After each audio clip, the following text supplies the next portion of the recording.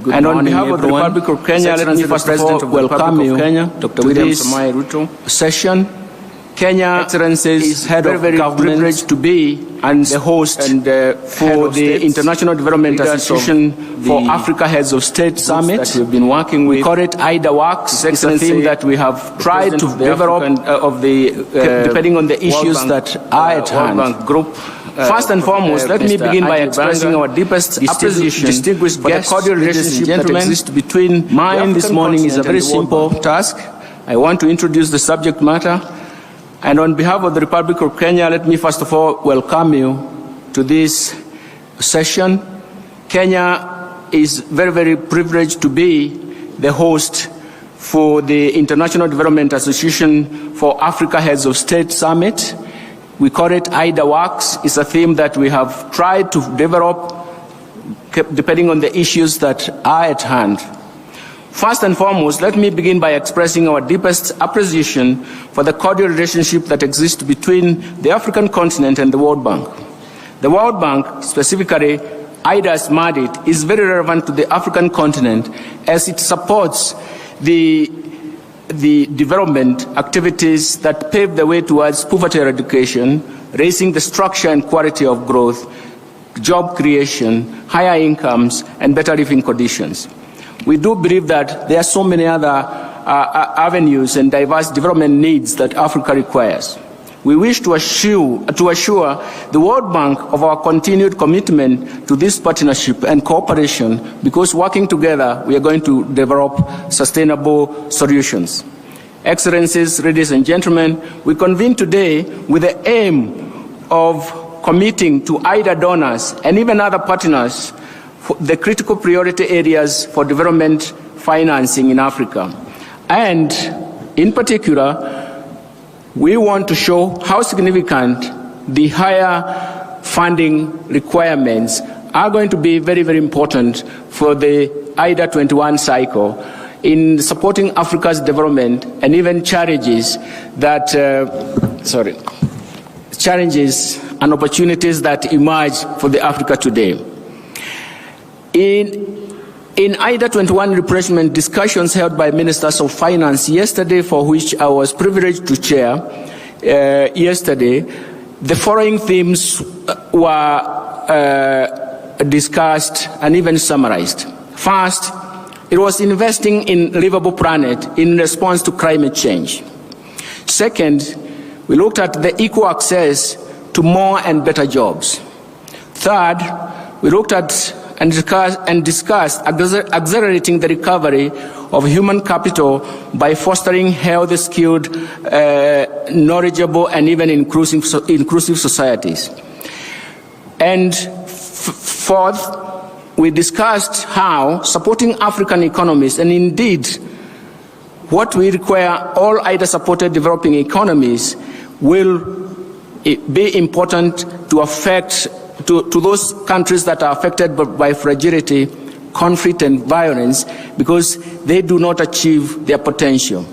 Fifth, we looked at prosperity and sustainable development requirements for the African continent. Sixth, we looked at digitization and connectivity, and so more so in terms of accessible services. And finally, we looked at universal access, energy access. The above issues are the ones that are summarized by the communique from the Ministers of Finance that was developed yesterday.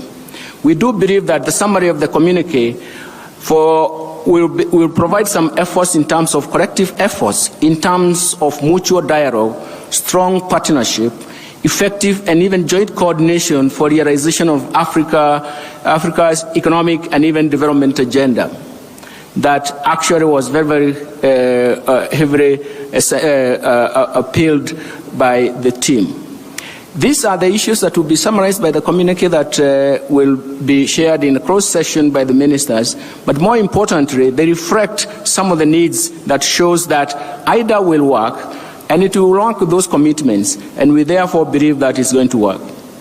Finally, these are just few remarks, but also I have the honor and the singular honor to invite the President of the World Bank, Mr. Ajay Banga, to address this gathering on the issues at hand, and more so on the IDA21 replenishment.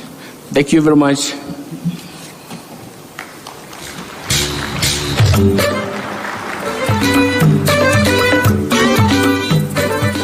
And as he's approaching, just to recognize also the presence of His Excellency Andre Rajoelina, President of the Republic of Madagascar. Thank you very much. Thank you very much. President Ruto, distinguished heads of state, Your Excellencies, guests, and all my colleagues, I think it's a great privilege for the World Bank to be here at this IDA summit, so graciously hosted by the President of Kenya. But I want to start with recognizing that right now Kenya is suffering in one portion of its country some devastating floods, and I extend my deepest condolences to all those affected, and you know the World Bank will be there with you throughout this period, sir. This is the tragedy and the challenges of climate change. 4 years of drought followed by floods, and this is one of the reasons why, as the Cabinet Secretary spoke, the livable planet is such an important part of our future. These moments are devastating for families and for communities. They pull countries backward. They darken our hopes. But the horizon of Kenya, the horizon of the continent, I'm firmly convinced, remains very bright. We are here united by a shared vision for the future of Africa, a continent that is rich in diversity, in culture, in potential. It is very easy to feel hopeful when we are together anywhere in Africa. You feel the sun on your face, the wind at your back, the fertile and mineral-rich earth under your feet, and most importantly, you feel the infectious energy of young people. But these are the ingredients that can power the future. They are not new blessings, and over the course of history, this abundance has too often brought profiteering rather than prosperity. Today, we are focused on a brighter future for every country on the continent and the people who call it home. The International Development Association has been a steadfast partner in Africa's development journey. This summit symbolizes our objective commitment to accelerating progress. But we have to move with urgency, we have to move with purpose, and we have to have a focus on results and on impact. This will require more from IDA, it will require more from all parts of the World Bank Group, it will require more from governments, and it will require more from the private sector. We stand at the cusp of a new era of growth and prosperity for Africa, or we have come together merely to admire its potential. The choice of where to go with that is ours. IDA remains dedicated to supporting your efforts, to investing in the people of Africa. We are working to make IDA more efficient. We are working to make it able to deliver faster by cutting burdensome rules, requirements, and redundancies. We believe a simpler and reimagined IDA can be deployed with more focus to make meaningful impact to advance the fundamental needs, energy access, healthcare availability, realize the agricultural potential of this continent, and build out critical infrastructure and skills in its people. We see boundless opportunities to advance your development goals, but we're going to have to work for it, and that should guide our discussion as we go forward today. Let's harness our collective energy, point it towards making impacts that will resonate for generations to come.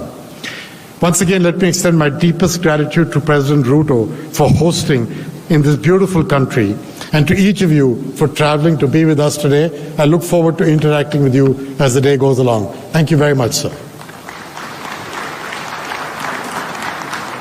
Thank you very much, sir. And before I move on to the next part, just to recognize also the presence of His Excellency Nana Akufo-Addo, President of the Republic of Ghana. We also have the Prime Minister of Ethiopia, His Excellency Abiy Ahmed, who's joined us as well, and Prime Minister Cote d'Ivoire, His Excellency Robert Bagre Mambe. At this point in time, Your Excellencies, allow me to now invite my co-MC, the wonderful and gorgeous Yvonne Dege, who will guide us. Why don't we put a warm welcome as we welcome her to guide us for the next part. Welcome. Thank you very much. Thank you very much, Michael. Thank you very much, Michael. Welcome again to the IDA for Africa Heads of State Summit, hosted here in the beautiful city of Nairobi, Kenya. As Michael said, I'm Yvonne Dega, and I'm looking forward to guiding you all through a very exciting session by the heads of state. We are very happy to welcome you at this event, which is dedicated to IDA, the International Development Association, which is a partnership between donor and recipient nations. IDA is the World Bank Group's fund that works with countries to achieve sustainable growth so that they can chart their own future. A special welcome to our audience joining us globally via World Bank Live, across Africa via CNBC, and locally through Kenya Broadcasting Corporation, KBC. We also have simultaneous interpretation in Swahili, French, Arabic and Portuguese. Channel information can be found on signs in the room or at the bottom of your screen on World Bank Live. Wherever you are, please join the conversation online using the hashtag IDAWorks. At this moment, it gives me great pleasure and an honor to invite His Excellency, the President of the Republic of Kenya, William Samoei Ruto, to the podium. You're welcome, Your Excellency, for opening remarks.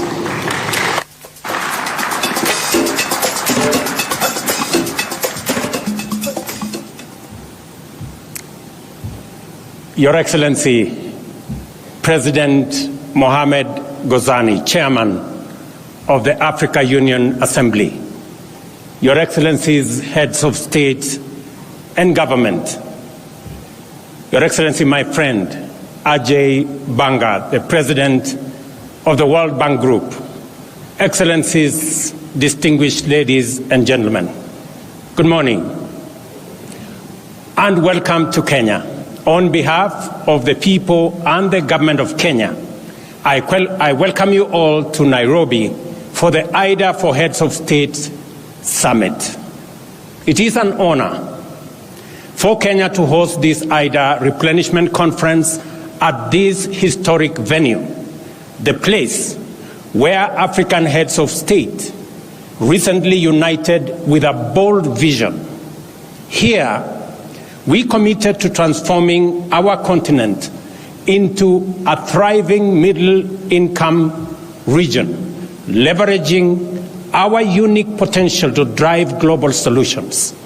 Today, we build on that legacy by actualizing our potential to provide those solutions through necessary financing. I extend my deepest gratitude to each of you for joining us at this pivotal summit. Your presence not only honors us, but also reaffirms our shared commitment to the International Development Association, our cornerstone for achieving the development goals of our continent and beyond our continent. We convene at a critical juncture, facing a convergence of global crises.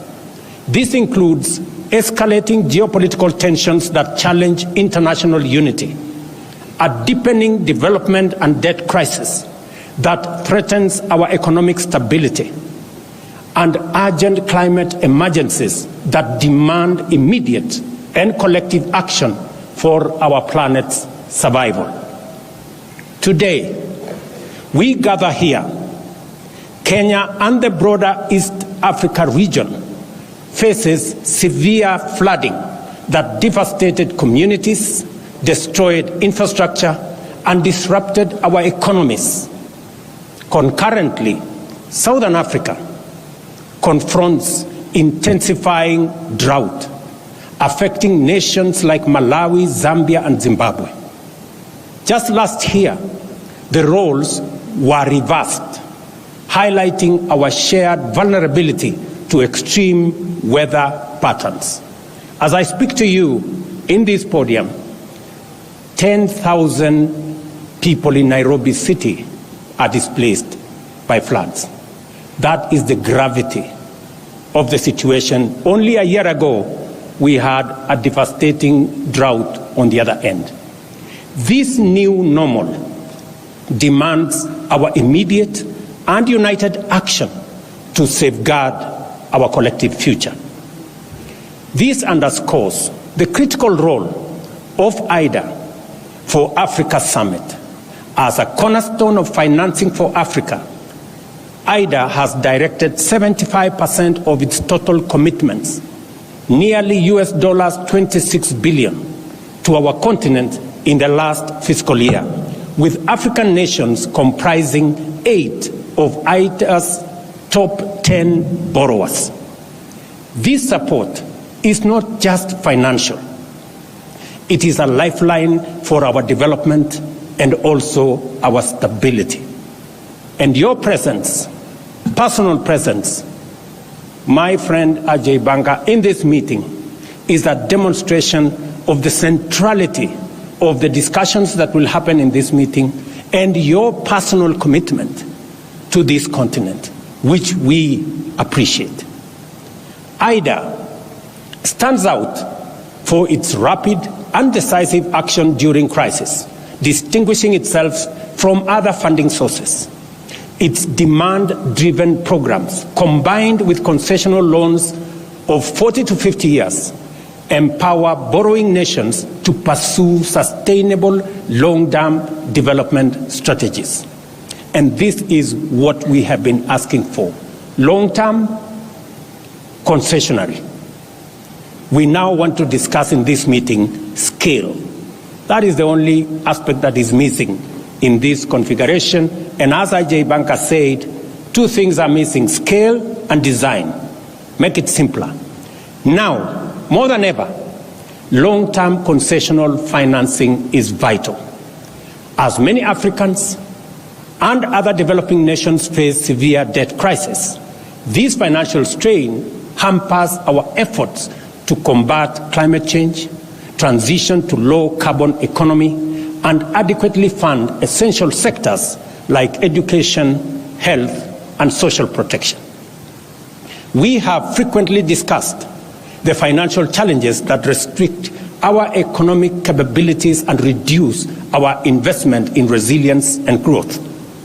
High interest rates lead to unsustainable sovereign debt, complicate refinancing, and destabilize our currencies.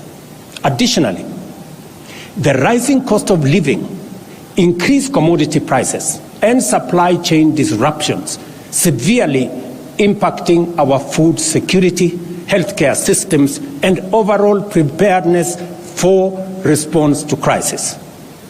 Last year, we brought to global attention that African nations pay interest rates up to 5 times higher than typical World Bank IBRD rates. This year, the situation has worsened. Developing countries are now net contributors to the global economy, contrary to expectations of receiving net inflows. Projections, for example, for 2024 show a net outflow of $74 billion from IDA countries like Kenya and others to donor nations, while net financial transfers to developing countries have plummeted from $225 billion in 2024 to now a low of $51 billion in 2022. Those statistics are glaring by any measure.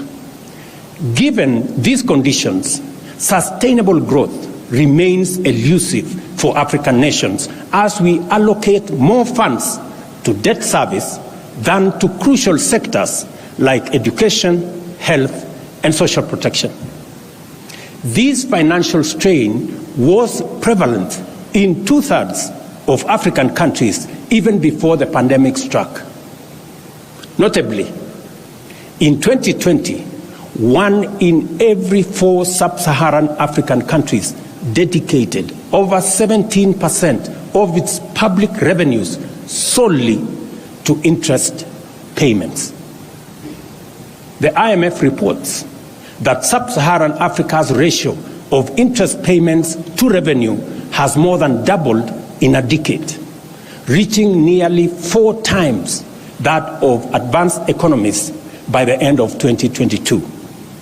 As a result, over half of IDA recipients today face debt distress or are at a high risk of debt distress. IDA remains their most dependable source of patient capital, with every dollar of donor financing enabling an additional US dollars 3.5 in capital market leverage to amplify development impact. This endeavor transcends financial returns. It is about fulfilling our collective global aspirations.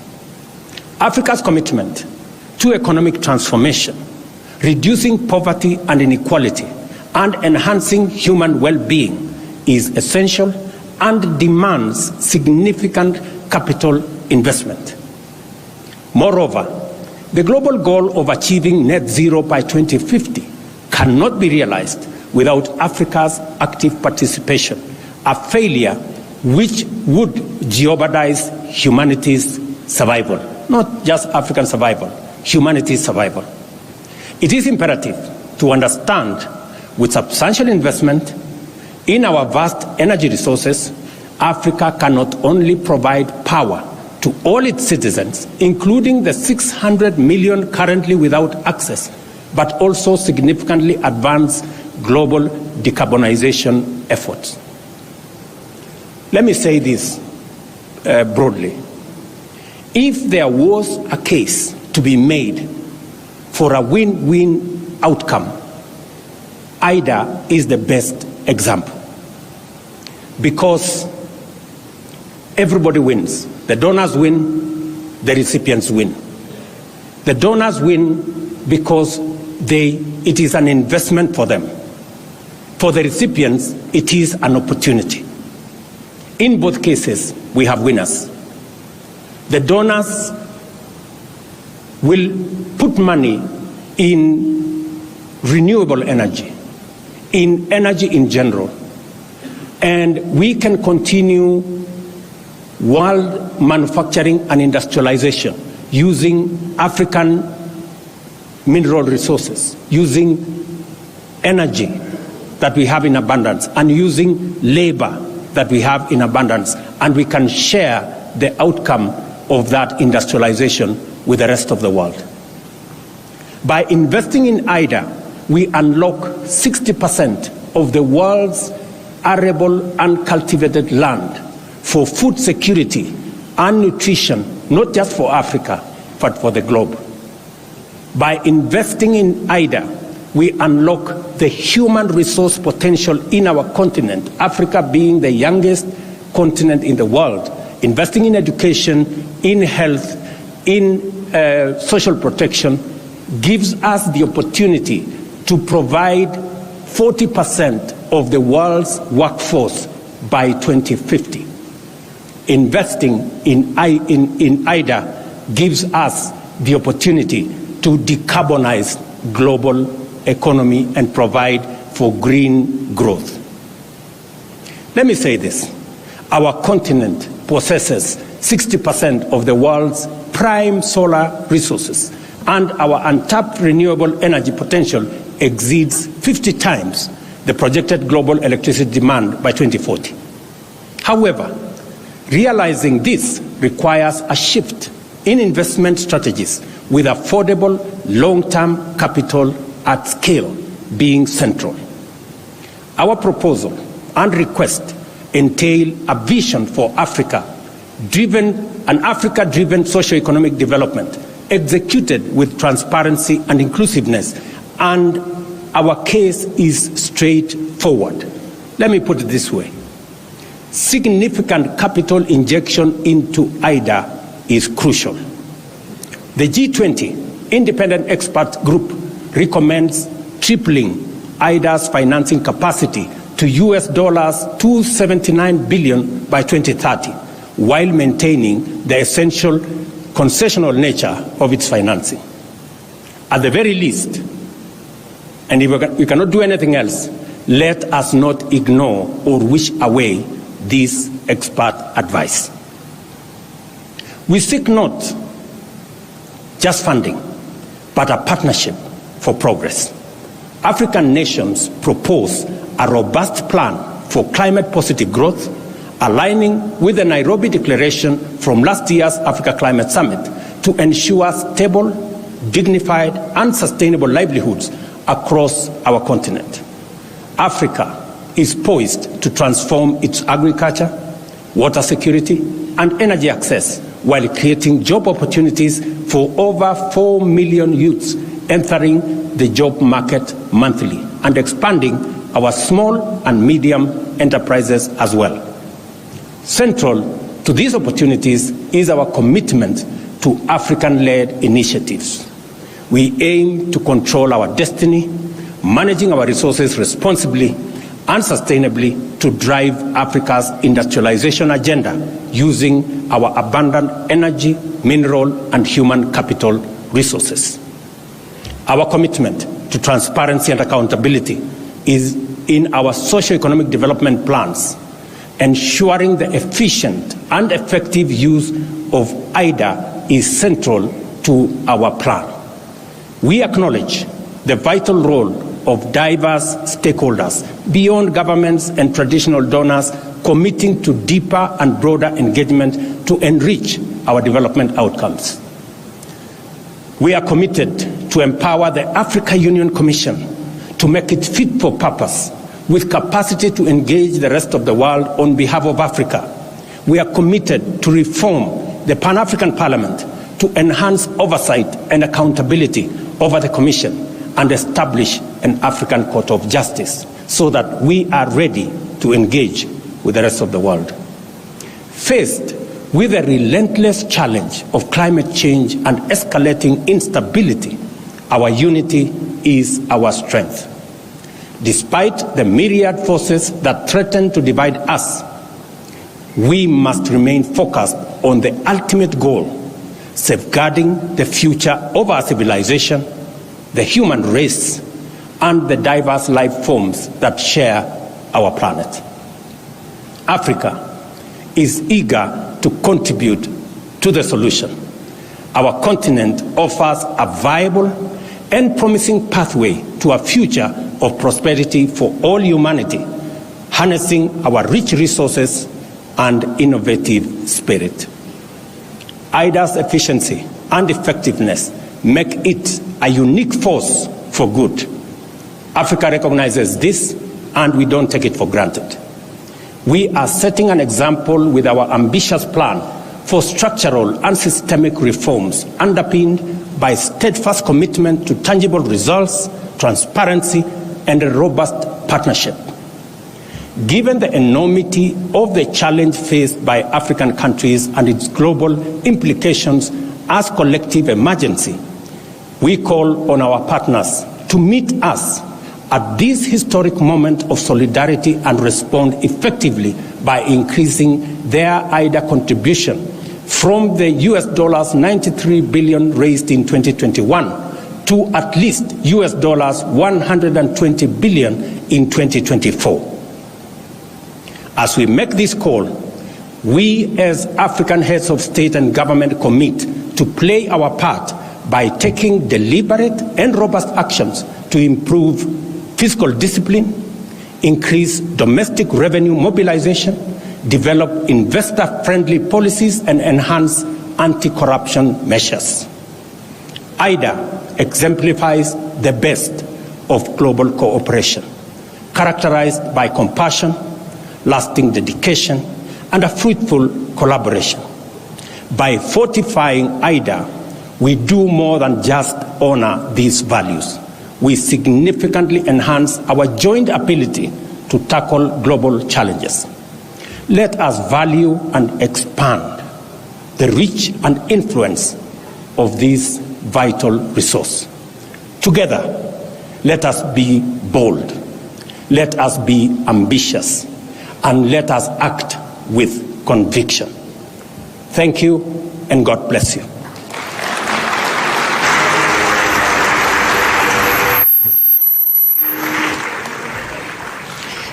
Thank you, Your Excellency. the President of Kenya, for that important keynote address. Thank you very much, Mr. President. This IDA for Africa Heads of State Summit is a critical platform for all heads of state and other leaders from across the continent, together to highlight IDA's impact and to call for a robust 21st replenishment resources in support of transformational development. An ambitious IDA21 will be a lifeline for a world in crisis, and in particular here in Africa. And to speak about it, I am now extremely honored to welcome the heads of states to deliver their statements. I would like to call upon His Excellency Mohamed Ghazouani, African Union Chair, President of the Islamic Republic of Mauritania. You're welcome, Mr. President.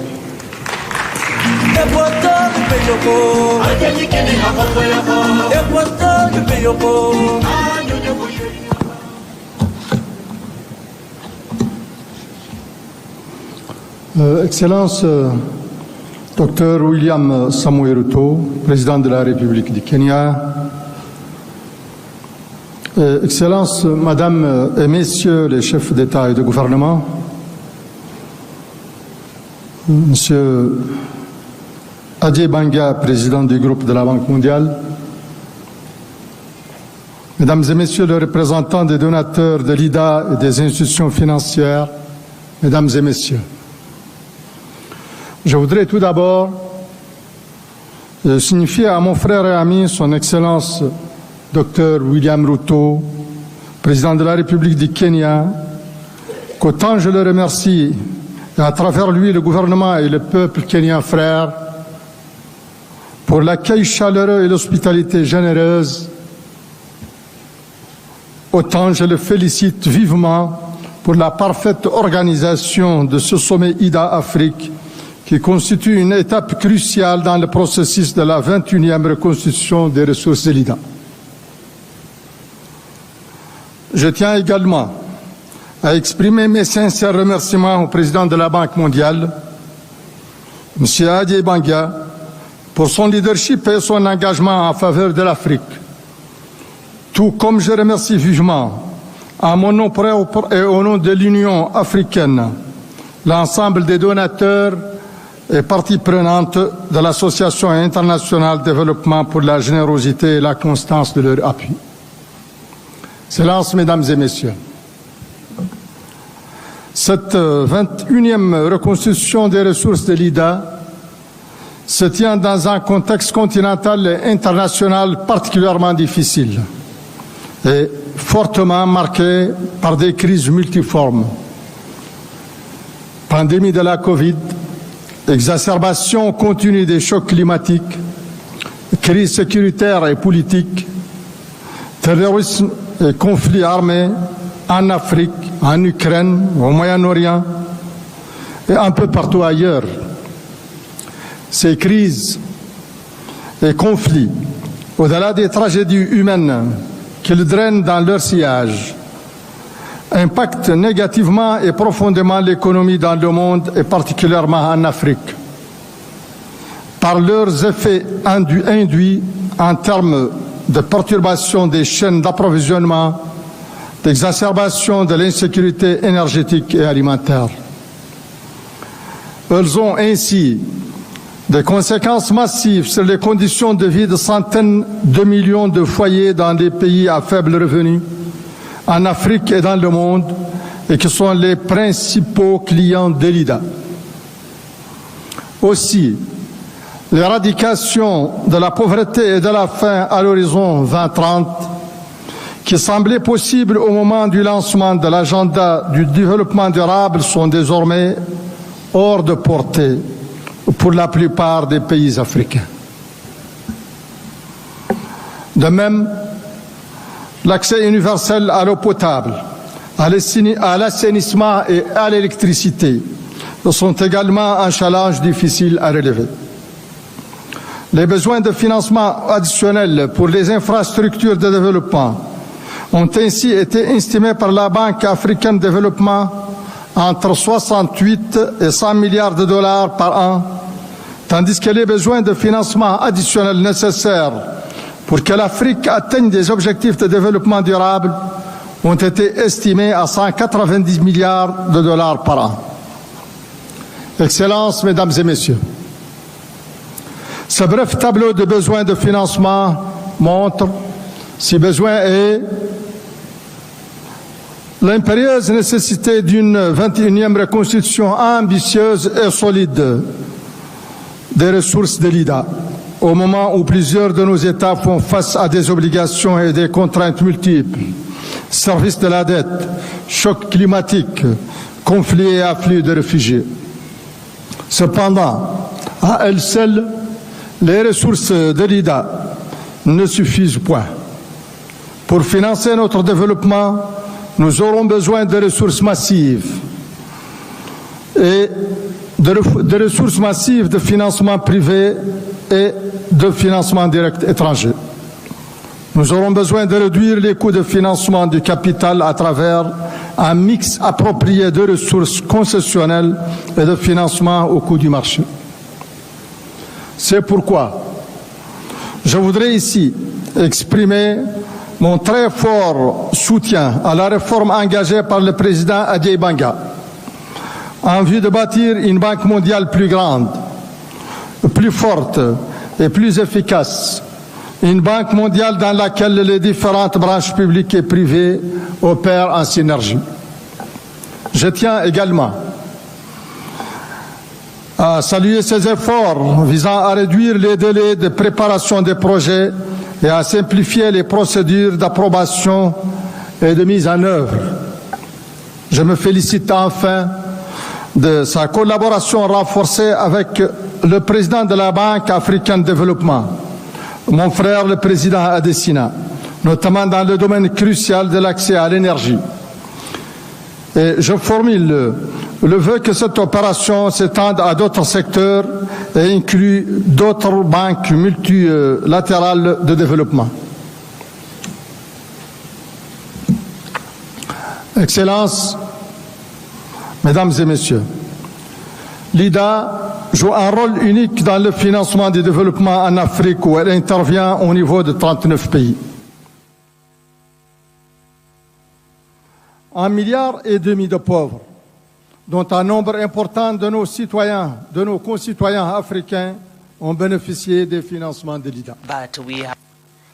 Ce rôle doit se renforcer alors que nous faisons face aux défis majeurs des changements climatiques. C'est pourquoi je réitère, au nom de l'Union africaine et à mon nom propre, mes remerciements aux pays donateurs de l'IDA pour leur générosité et appelle à une reconstruction ambitieuse et solide des ressources de l'IDA à la hauteur des challenges de notre époque.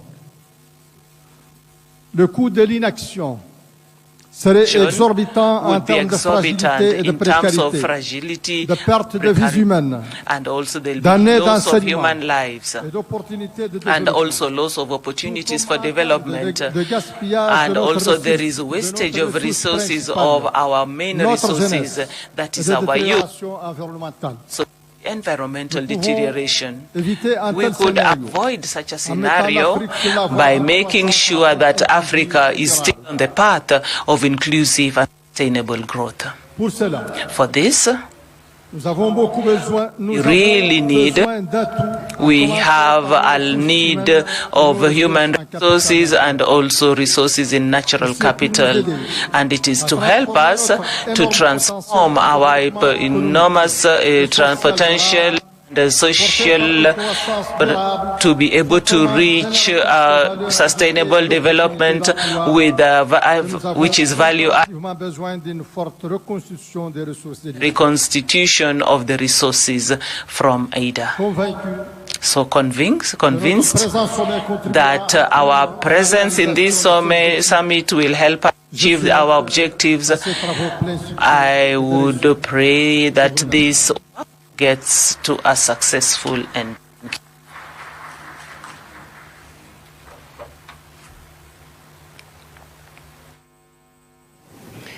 Merci beaucoup, Votre Excellence. Thank you very much, Your Excellency. I would now like to take this opportunity to invite to the stage the Prime Minister of the Republic of Côte d'Ivoire, Robert Bourg-Mambe.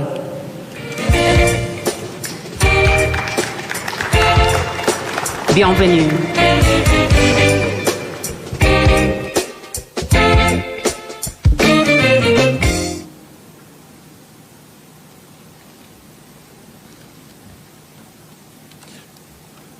Excellence Dr. William Ruto, Président de la République du Kenya, President of the Republic of Kenya, Excellences, Mesdames et Messieurs, Your Excellencies, ladies and gentlemen, heads of state and of government, Monsieur Ajay Banga, Mr. Ajay Banga, President of the World Bank Group, Mesdames et Messieurs les ladies and donateurs, gentlemen, bailleurs de funders. avant tout propos, Before je I voudrais begin, vous transmettre I'd like to les chaleureuses share et with fraternelles you salutations the de warm Son Excellence greetings of His Monsieur Alassane Excellencies, Ouattara, Monsieur Alassane Président de la Ouattara, République de Côte the d'Ivoire, President of the Republic of qui, Côte d'Ivoire, empêché, who, m'a demandé due de to le other représenter à ce reasons, sommet asked si me to important represent him at sur this la very important reconstitution des ressources summit de on the l'IDA reconstitution of the IDA Resources Je saisis 21. également cette I also heureuse take this occasion opportunity pour adresser to mes address sincères remerciements my sincere à Son thanks Excellence to Dr. Excellency William Ruto, Dr. William Ruto, Président de la République, the President of the ainsi qu'au Republic, peuple kenyan and also to the people of Kenya for the hospitality and the quality of the welcome.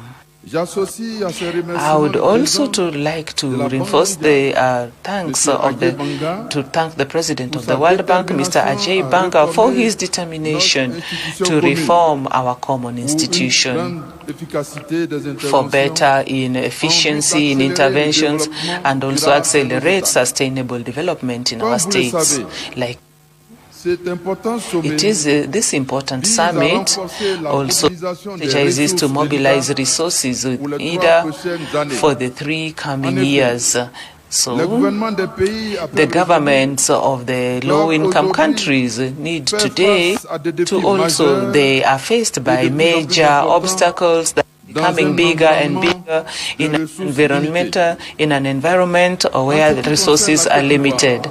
When it comes to the Ivory Coast, la modernisation de l'agriculture modernization of et du secteur agriculture and the production sectors, development of the private sector, and also employment for the youth are the main obstacles. Par ailleurs, avec les menaces sécuritaires au With the Sahel, security problems in the Sahel, the Ivory Coast has a high growing number of refugees and also who are more than in their millions today, who are also pressure on social services and also need a lot of government interventions. So we are calling upon IDA and to mon pays sollicite un appui my de la Banque country mondiale needs a lot of support from the World Bank to be able to be more resilient. That is why the Ivory qui a Coast, porté les plaidoyers pour la which mobilisation also des came up ressources to de l'État, advocate for more resources from IDA, is also involved in following up on these efforts in reconstituting the IDA C'est donc 21. avec plaisir So que it mon is pays with pleasure that my country, le 9 et 10 octobre from the 9th to 10th October of this year, the African Economic Summit, which will seek to mobilize main finances and partnerships with Global Citizen and Bridgewater Associates to support the campaign to also reconstitute IDA 21. And I'd like to also send an appeal to our funders and also to the World Group and its partners that they mobilize resources, IDA resources, to help governments to face the problems that are becoming more and more bigger and more complex. Ivory Coast supports all the efforts of World Bank and its partners. I thank you all for your attention.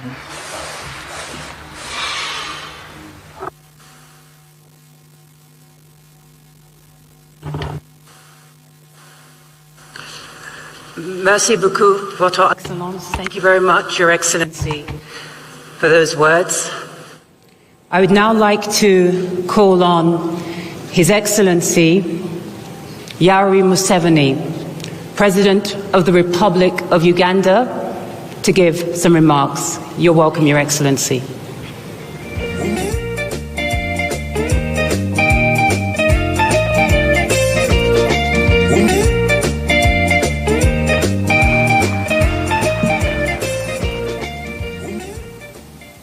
His Excellency William Ruto, the President of the Republic of Kenya, the Chairperson of the African Union, President of Mauritania, and their Excellencies, the heads of state and government. This is a topic I can speak on for the whole day. I'm therefore glad we have had this meeting where the presidents of Africa meet with some of the Western leaders.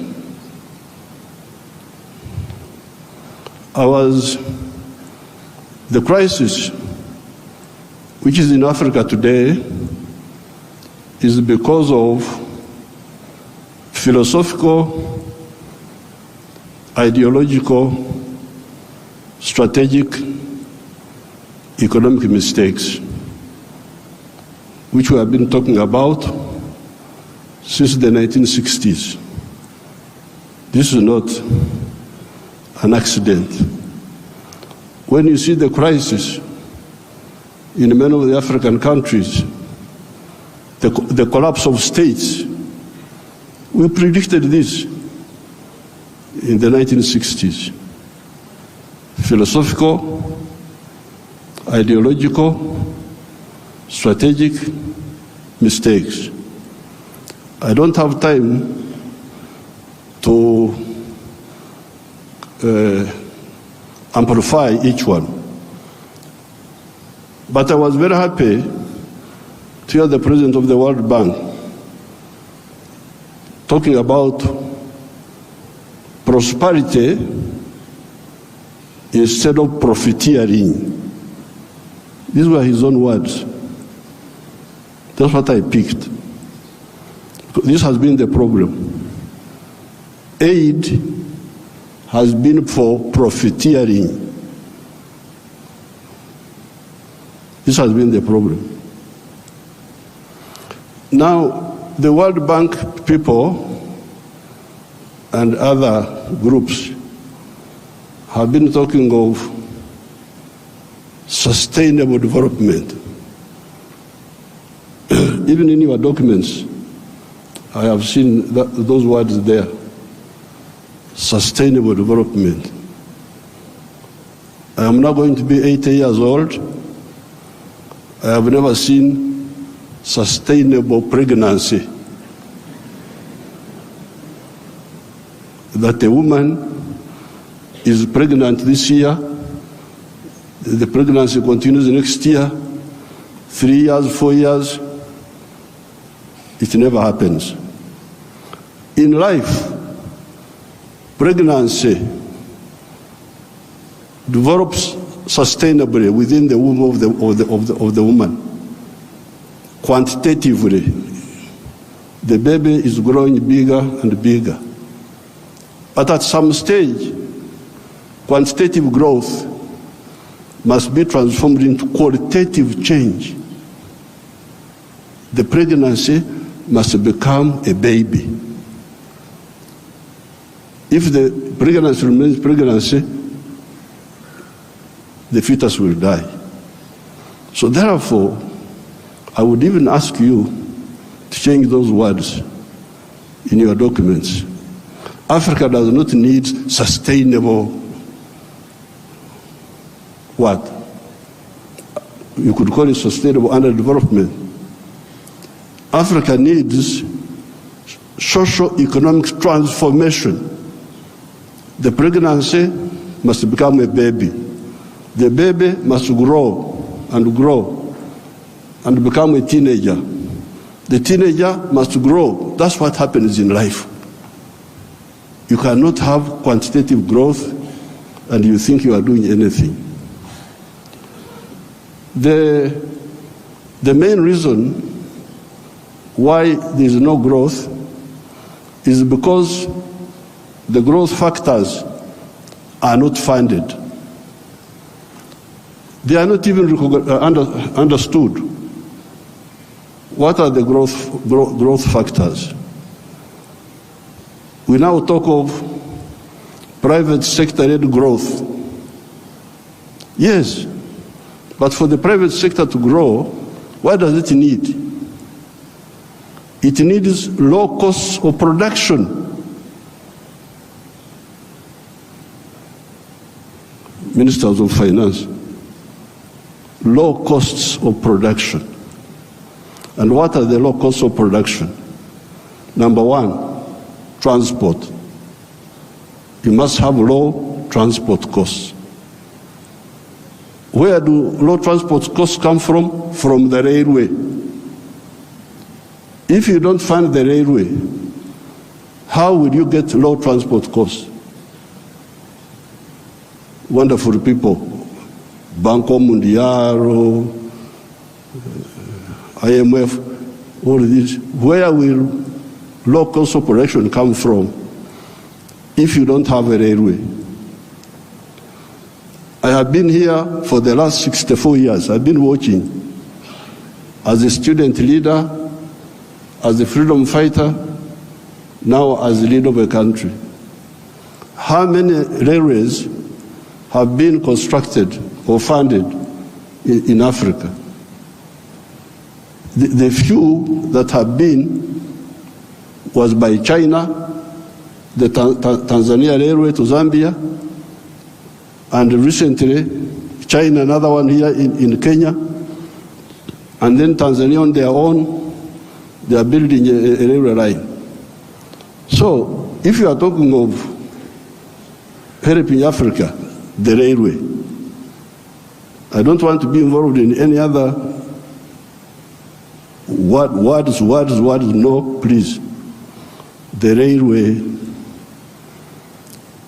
because if you fund the railway, you will have low cost of transport, and you can produce products which are cheap, which can be bought in the world.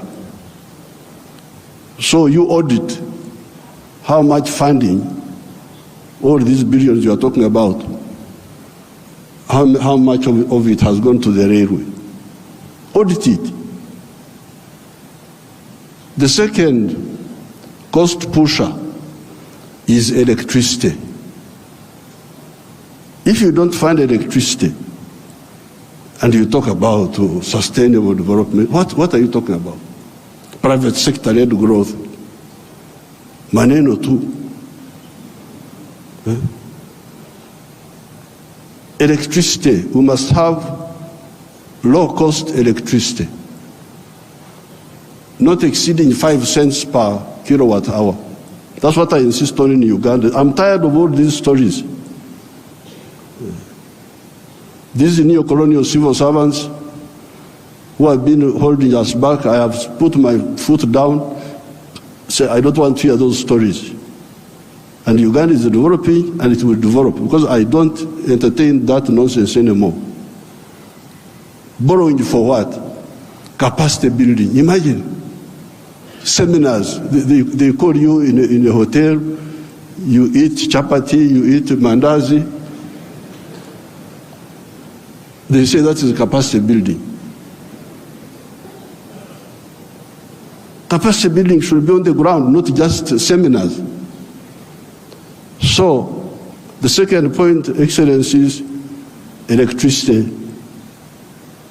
The third one, those people who talk about private sector-led growth,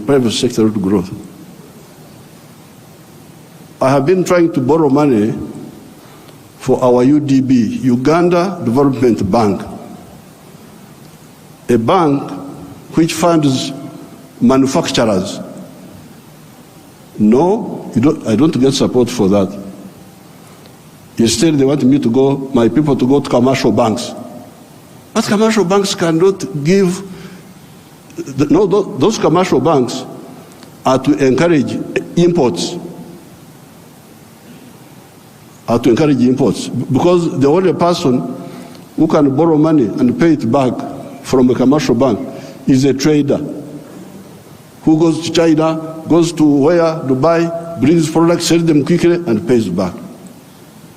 So, if you are serious, I needed to hear about the low-cost funding for manufacturing. Not for stories, not for what, no, manufacturing.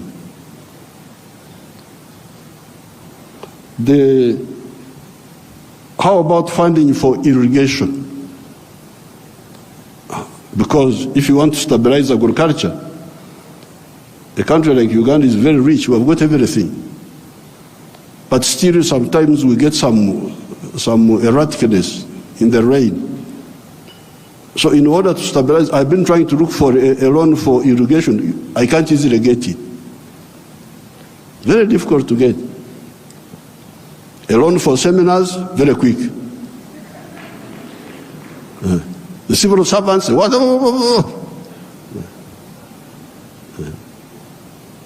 But a loan for irrigation, you don't see. Now finally, the loan for, I don't know the situation in other African countries, and I don't have time to talk for a long, I don't have opportunity to talk for long. But Uganda is a very rich country.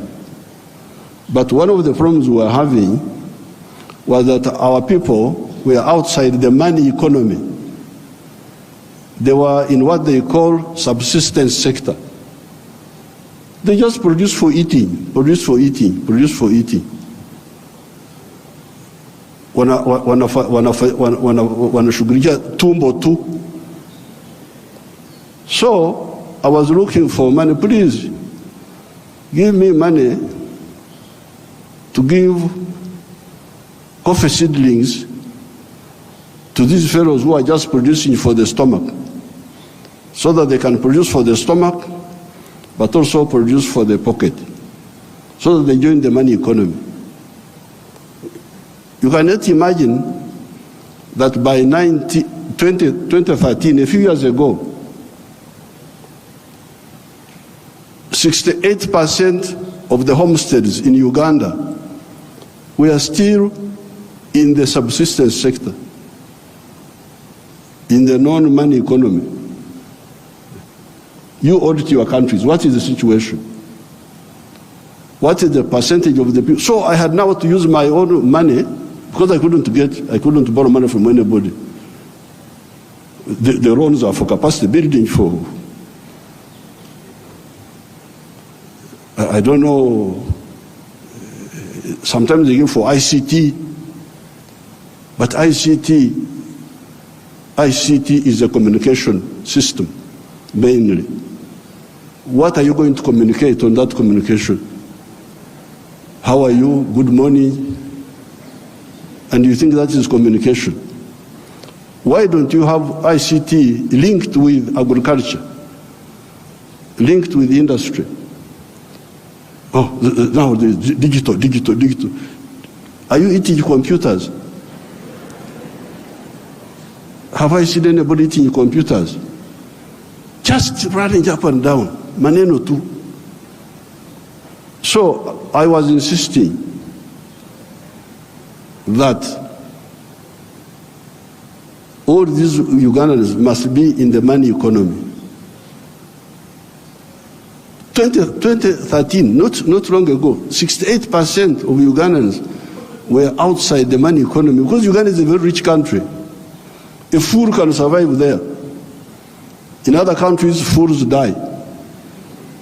But in Uganda, fools can thrive there. They just eat. He stays with his brothers. He eats. He goes from there to the sister. He eats. He's not earning anything, but he's eating. So we said, no, everybody must be involved in the money economy. We couldn't get any support for that. But we funded it ourselves. Each year, we spend about $300 million of our own to make these villagers join the money economy by producing for the stomach, but also for the pocket. And from 2013, I was now told that for the first time, 61% of the people are in the money economy of the homesteads.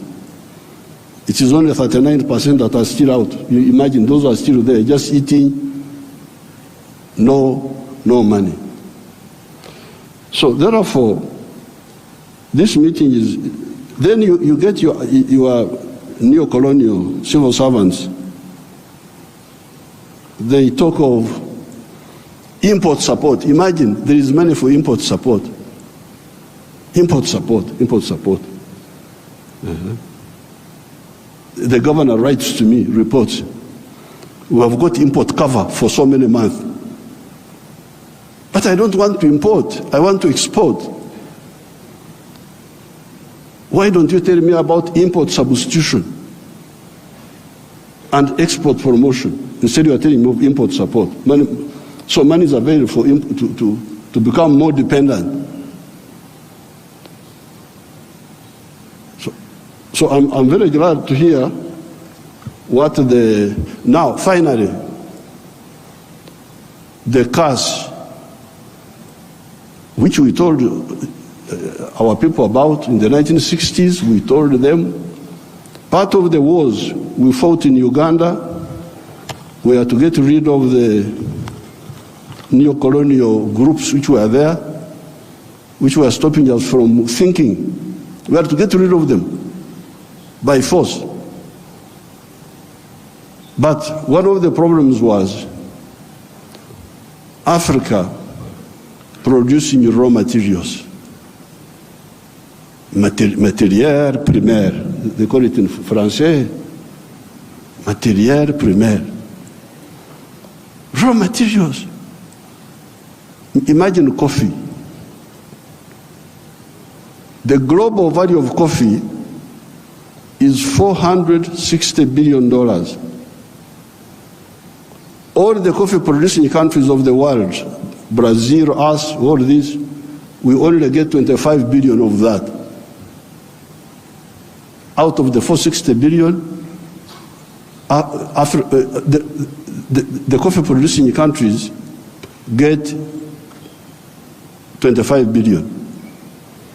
And Africa gets only 2.5 billion. 900 million of that comes to Uganda because Uganda produces a lot of coffee. A country like Germany, which has no coffee, earns $65 billion from coffee. So, I sell a kilo of coffee, good grade coffee, $2.5. Somebody in London will get $241 from that 1 kilo. Okay, there are other costs on the way. I don't want to, because he's the owner of a restaurant and so on. But coffee roasting, coffee grinding, coffee packing must happen here in Africa. It must happen at source.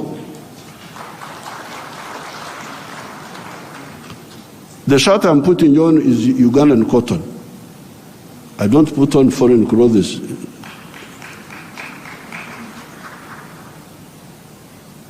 It's only the trousers I'm putting on because I can't go naked. Because they have not solved that problem for me.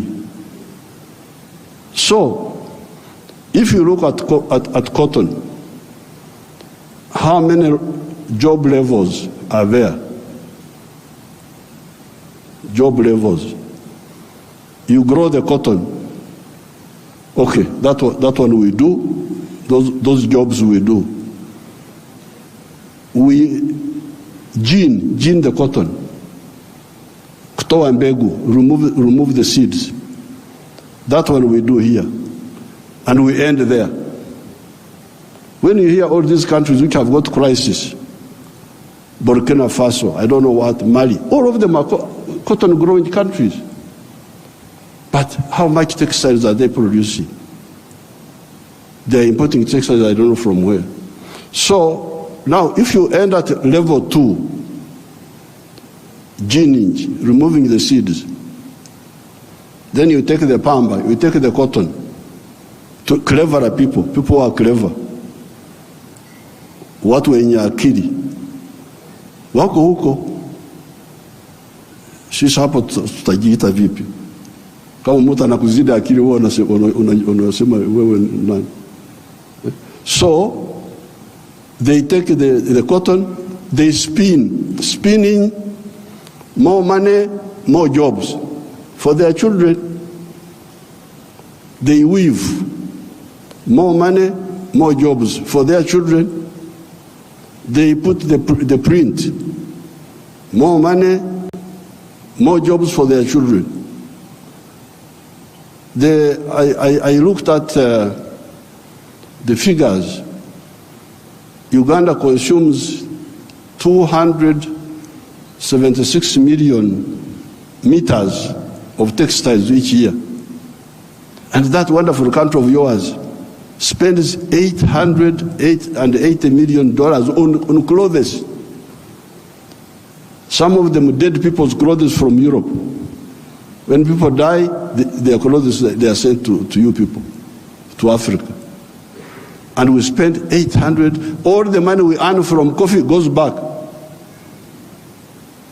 to bring dead people's clothes. But we have got one factory there called Nitil. It produces 25 million meters. So in order to clothe our people in Uganda without importing, we need about 11 factories like the one of Nitil. And they would employ about 20,000 people. So and we would save $880 million, which we are just giving to other people. So this IDA, what did you say about the modern slavery of the Africans of producing raw materials? In one of our documents in Addis Ababa, we had talked of Africa producing what it does not consume and consuming what it does not produce. They had put that as a summary in one of the documents of the African Union. We must get rid of the production of raw. I banned the export of minerals from Uganda and processed. I banned them. Piga marufuku. Then the agents were going in the corridors, what Mufanyi, no mineral will come from Uganda if it's not processed. You wait until I go away, you can steal the minerals, but not now. I banned this export of unprocessed minerals in 2012. My young brother, His Excellency Ruto, I forgave him and gave him some little iron ore for, I think, 2 or 3 years. Because I've got a lot of iron ore, one of the best in the world. I told him, His Excellency Ruto's man, Muhindi wa hapa Kenya, you come and build the steel factory in Uganda at the iron ore. Oh, I've already built in Mombasa. So I said, okay, because of my young friend, I give you some iron ore for 2 or 3 years. But come and put the factory here. Now you can imagine akili ya watu wenu, my civil servants. An Indian wanted to take that iron ore To India, imagine. Iron ore in our language is called obtare, but it is soil, black soil. If you see it, it is soil. To take that to India and do what? Pay your wonderful people $47 per ton. Our iron ore is the purest in the world. It is 70% pure. So you need like 1.5 tons to make a ton of steel. Now, a ton of steel costs $700. Somebody gives you $47 on your wealth, the wealth of your people, and he gets $700 from it. And all the jobs, your children have no jobs. Watoto wa Wahindi wanafanya wampata kazi. I can't be part of that treachery. So I banned, there will be no export of unprocessed minerals from Uganda. So there's no business. What do you mean there's no business? So when I banned them, they are flocking in now. They have opened 7 gold refineries. 7 gold refineries, they are there. Because I banned. The other day I was opening a tin refinery. You can imagine this tin, and Samia may know where we were, the power station, both sides, the Uganda side and the Tanzanian side. That is all tin. But all this time, imagine, since the British were here, they were taking, walikuwa wanachukua mawe tu, stones, because tin in nature is a stone, looks like a stone. So they take that. And they give my people $11 per kilo. And they take it to cleverer people. For the cleverer people, they get $32. My people got 11, those people get $32. And all the jobs. So when I was opening the factory, I was asking the refinery, I was asking them, this boy who opened the factory is a Canadian. I was asking them, huyu Mkanada ameleta umeme wake? Has this Canadian brought his own electricity? No. Anatumia umeme wa kwetu. Ameleta maji yake ya factory? No. Anatumia maji yetu. Internet anatumia ya nani? Ya kwetu. So out of the $32, much of that money will remain in Uganda. Pay for the raw material, pay for the electricity, pay for the water, all that remains in Uganda. So what does, first of all, my African brothers and sisters say about this hemorrhage of Africa? Hemorrhage. Echikurukuto, we call it in Uganda. This hemorrhage must stop. The crisis you see in these countries is because of stagnation of the last 60 years since independence. The population is increasing, the economies are not increasing. What do you expect? So with these few words, Your Excellencies, what do I say? Merci beaucoup.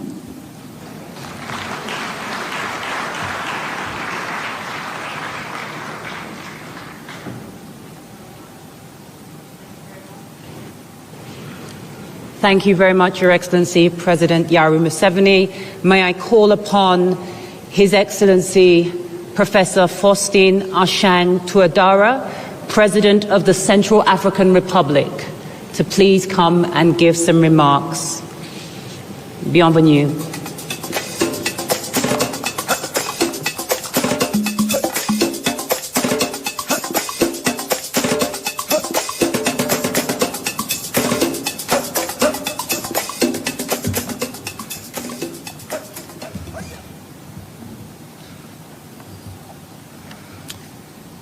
Excellence, Dr William Samuel Ruto, président de la République du Kenya, très chers frères, Excellences, Mesdames et Messieurs les chefs d'État et de gouvernement, Monsieur le Président du groupe de la Banque mondiale, distinguées personnalités, Mesdames et Messieurs, permettez-moi, à l'entame de mes propos, d'adresser à notre frère, Son Excellence Dr William Samuel Ruto, Président de la République du Kenya, President of the Republic of Kenya and the Kenyan people, I'd like to express my deepest feelings and express suite aux pluies torrentielles Central African Republic following the floods that have led to the tragic disappearance of many people and also a lot of destruction in our sister country. Your Excellencies, ladies and gentlemen, I take to the stage now representing my country, the Central African Republic. This occasion of this summit or Heads of State Summit, Summit of the Heads of State and Government in the ambitious reconstruction of resources of the IDA21 for Africa. Allow me to also express our deep gratitude towards my dad, Dr. William Samoei Ruto, and the Kenyan people for the organization, the successful organization of this summit, and also the welcome, the brotherly welcome, very warm, which have known since our arrival in this really dynamic town of Nairobi. I'd also like to thank Ajay Banga, the president of the World Bank Group, for his full participation in this very important summit, for his leadership, and also on reconstitution of resources, IDA21. It is also the moment to express my gratitude to the World Bank for the multifaceted approach that we have been given. I'd also like to thank the entire group of funders in IDA, because it is thanks to their contribution this institution has the necessary is to help the most poor countries on this planet to be able to move to some place. So also the African Union, that it is in Africa that we also find a number of natural resources and strategic minerals, and we find that some of these countries are some of the most impoverished of these countries. And the Central African Republic has had a feeling of this level of poverty that we are talking about in this IDA21. So we talk about 0.8 percentage growth, which means that a child who was born before the pandemic will only realize 28% of his potential if he has received any education and other equity. In 2021, about a larger percentage had achieved basic sanitation, but we also had 80% who had no access to electricity or internet. 2017, according to the United Nations. So in April of 2024, so 40% of Central Africans would not eat a food. So we are told that there are millions of people, that is about 46% of the population, are living in extreme vulnerability in this 2024, and which needs urgent humanitarian action. Now, in such a very difficult national context, exacerbated by the consequences of the COVID-19 pandemic and also tensions at international level, the contributions of the World Group to fight against poverty and also the promotion of socio-economic development are essential if not vital. En effet, l'IDA 2020 a déjà In fact, IDA21 had already about $370 million, already showing its importance in our quest for reducing poverty. So this kind of for the construction of a solar park near the capital in Bangui to supply electricity to 60,000 habitants. So we appreciate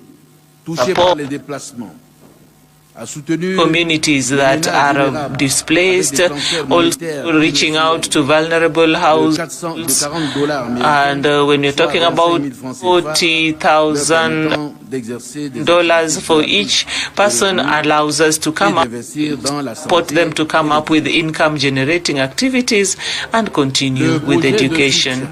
The project, the support project, and the health sector allowed us to open clinics that are open to millions or 1 million people, with about 362,000 prenatal visits, and where people can also receive psychosocial support, especially where there has been gender-based violence in the districts, that also reached 292,000.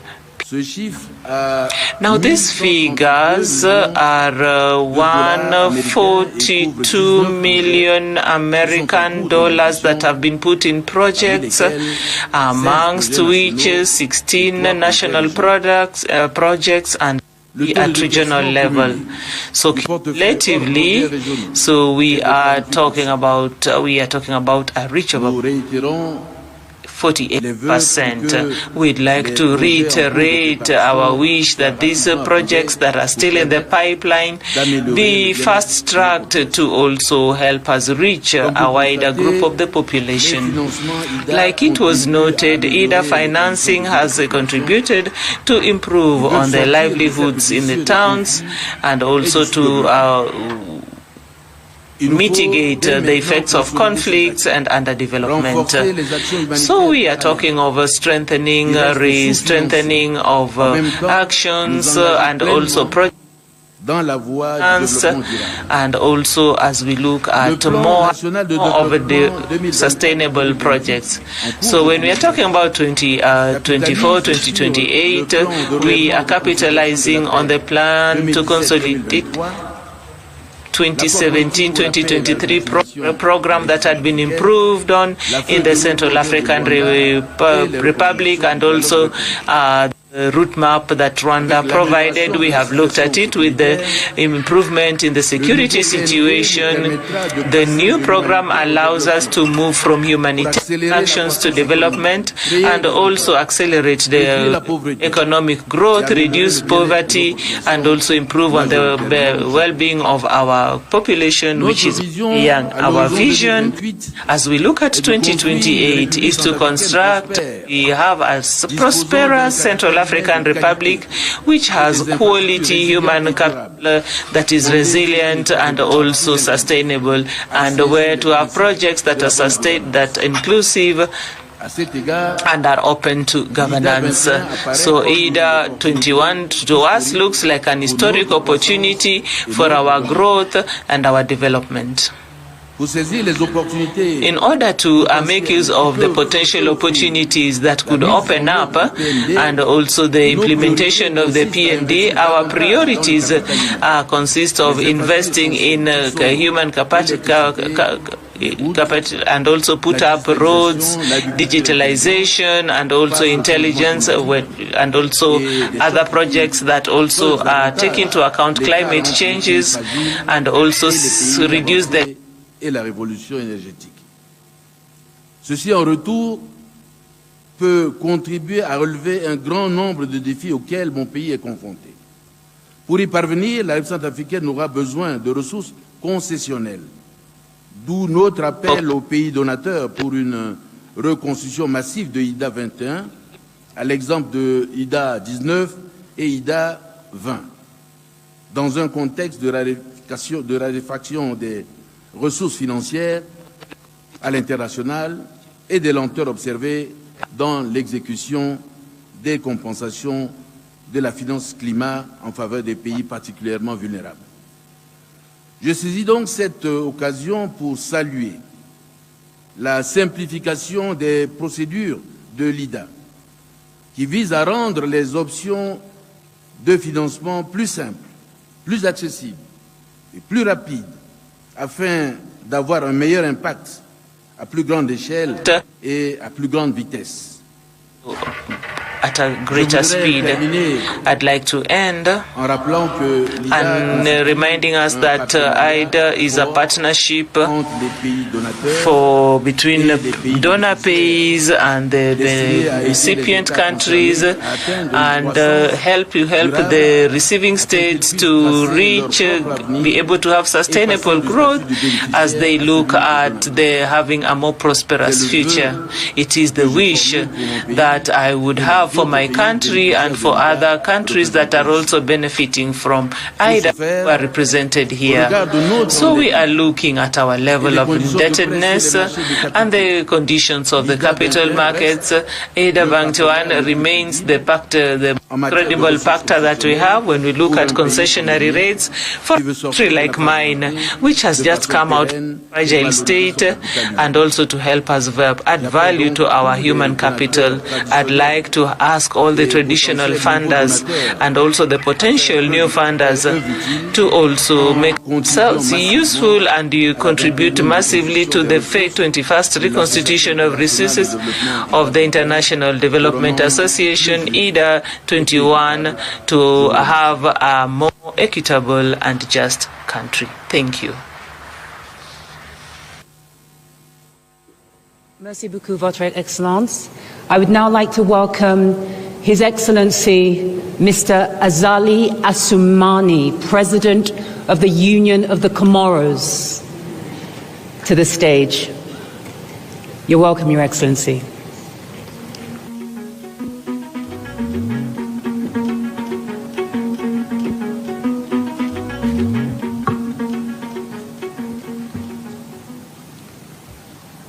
Excellence, Monsieur le Président Ruto, que j'appelle Ahmad Abako, un cher frère. Ahmad Abako, a dear brother. Your Excellencies, ladies and gentlemen, heads of government and state, Your Excellencies, Monsieur Ahmad Ghazouani, the President of the Conference of the African and the President. Your Excellency Ajay Bango, the President of the World Bank Group, ladies and gentlemen, the heads of international institutions, distinguished guests, ladies and ladies, greetings to all. I'd like to first of all express on behalf of my delegation and on my own my gratitude to our brother, the President Ruto, for the perfect organization of this summit, and also to our brothers and sisters in Kenya for their warm hospitality and in this beautiful town of Nairobi. As we meet for this crucial summit in order to deliberate on the question of reconstituting the resources under IDA21, I'd like to first of all to underline that Africa finds itself today in a crisis, unprecedented crisis. So when we are looking, there are a number of obstacles, there are economic disparities, environmental degradation, security and health crisis, and inequalities in education. However, in the midst of all these problems comes an opportunity that is exceptional for collective action and also for transformative change. Our continent continent is in effect has a lot of potential resources to help us. So when we talk about very important human resource, so to be able to play its role in the world economy, Africa needs big investment in a number of development areas. Ladies and gentlemen who are here, so IDA has to be an ally that in our part we're heading toward sustainable development. It is unique in the world where a dollar from the developing countries is also supported by $4 for the financing of development projects. As we engage, this is the trajectory of the IDA21. It is important, it is imperative. We also recognize the indispensable role that this institution has played in the promotion of inclusive growth and also prosperity in Africa. As such, the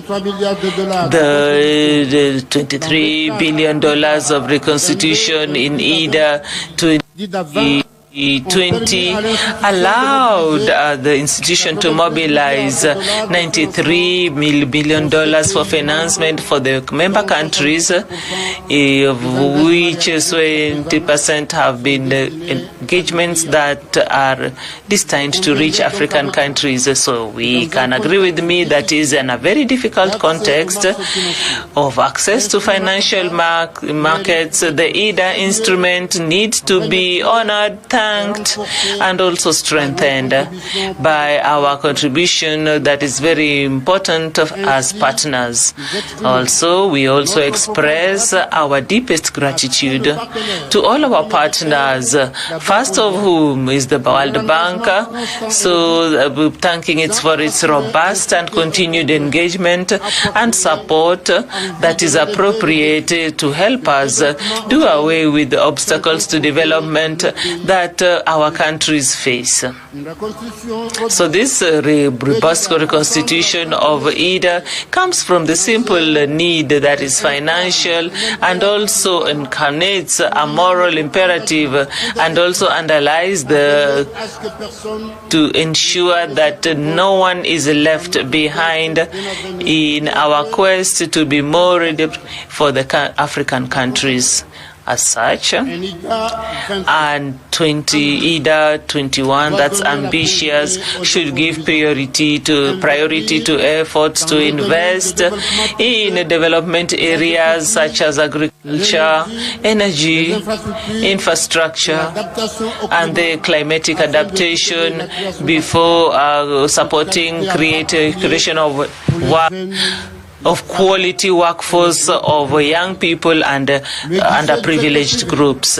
So this would be from IDA 18, we have been able to get substantial concessionary funds going to the private sector that to help people get out of poverty by creating sustainable employment, economic transformation, and mobilizing resources at national level. Since its creation, so $4 billion of funds have allowed more than $20 billion of investment to the private sector supported in 47 countries. This has also favored the introduction of new financial resources for development in the eligible countries, also helping to reduce in the domains of that the private sector has chosen to invest in. So I'd like to support this partnership with LEADER for having responded to us and to come up with a very strong and ambitious reconstitution of the IDA21 and the resources are also meet the aspirations, the collective African aspiration. And in addition to the contributions of our partners, we cannot underestimate the transformative power of technology and cooperation and regional cooperation.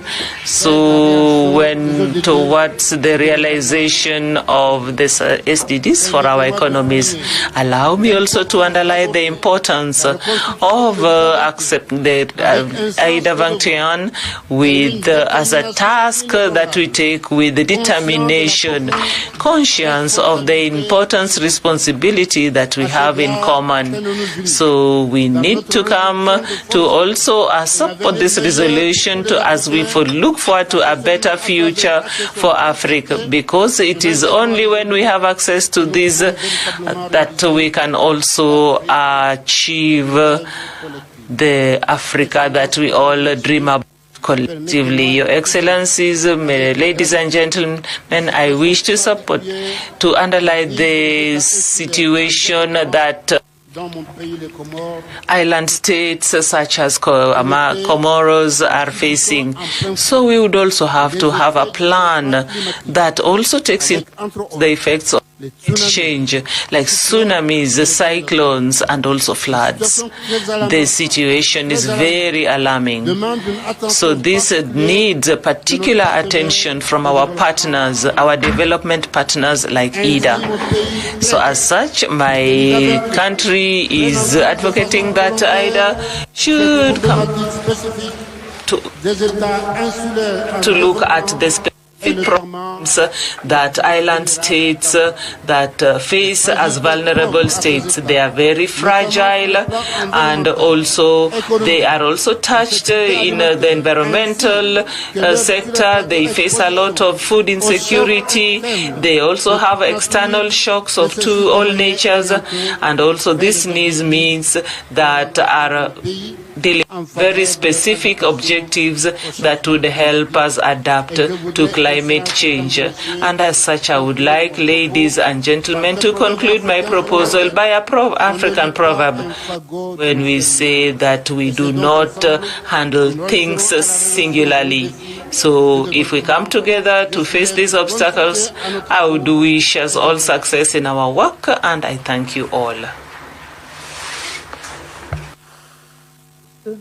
Merci beaucoup. If I please may invite the President of the Republic of Ghana, His Excellency Nana Akufo-Addo.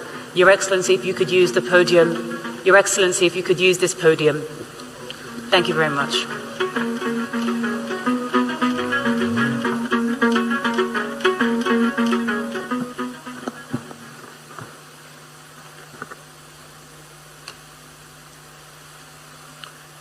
Your Excellency, President of the Republic of Kenya, William Ruto, Your Excellency Mohamed Ghazouani, Chair of the African Union and President of the Islamic Republic of Mauritania, Excellencies, Heads of State and Government, the President of the World Bank, Mr. J. Banga, ladies and gentlemen, I thank the dynamic President of the Republic of Kenya, His Excellency William Ruto, for the invitation to speak at the summit of the International Development Association, IDA, and for the hospitality of the Kenyan government. This gathering serves as a platform for collaboration and a catalyst for transformative change. As we convene here, we're tasked with a great responsibility to articulate the case for an ambitious and robust 21st replenishment of the IDA, one that will pave the way for sustainable development and prosperity, not only for the African continent, but also for all nations in need. The challenges we face in the 21st century are immense and multifaceted. From the continuing effects of poverty and inequality to the urgent threats posed by climate change and pandemics, our world is in need of bold and innovative solutions. Yet amidst these challenges lies an opportunity to redefine our approach to development, to reimagine our priorities, and to forge a path towards a more equitable and sustainable future. The IDA, with its long-standing commitment to poverty eradication and inclusive growth, stands as a testament to the power of international cooperation. Over the years, it has played a pivotal role in lifting millions out of poverty, expanding access to education and healthcare, and building resilient communities. However, as we look ahead, we must acknowledge that our work is very far from finished. Millions still live in poverty. Millions still lack access to basic services, and millions suffer from the effects of environmental degradation and climate change. Excellencies, all of us are aware, for example, of the enormous infrastructure challenge confronting Africa. The African Development Bank, AFDB, estimates Africa's infrastructure needs at between 130 to 170 billion United States dollars annually, with a financing gap of between 68 billion and 180 billion dollars annually. The infrastructure gap has a negative impact on our competitiveness. It constrains our development, stifles business growth, trade investment, and service delivery, as well as the overall progress towards inclusive and sustainable development. Mobilizing finance and investment remains central to Africa's development needs and attaining the 17 Sustainable Development Goals. Our biggest challenge is not a scarcity of financing, but overcoming a global economic system that has not allocated sufficient long-term resources to support Africa's economic transformation.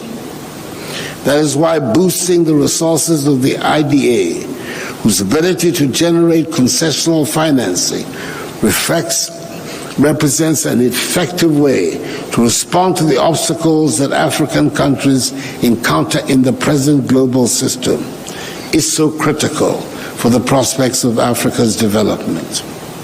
With the burgeoning population, our challenges hinge on our ability to provide reliable electricity, affordable and decent housing, improved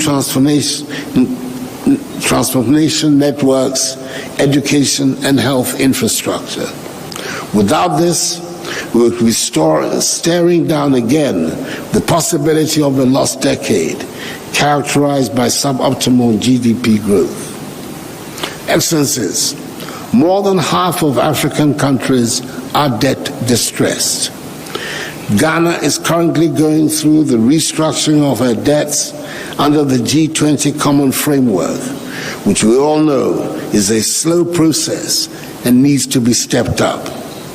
At the same time, we're suffering from the increasing effects of climate change and the devastations caused by COVID-19 and other adverse global developments. Doubling IDA to provide more concessional facilities to our countries is of utmost importance to help us cope with these challenges. The intersection between climate and debt makes imperative the need to reform the global financial architecture in a way that delivers more resources to our countries to help address the current polycrises affecting our development and that of future generations.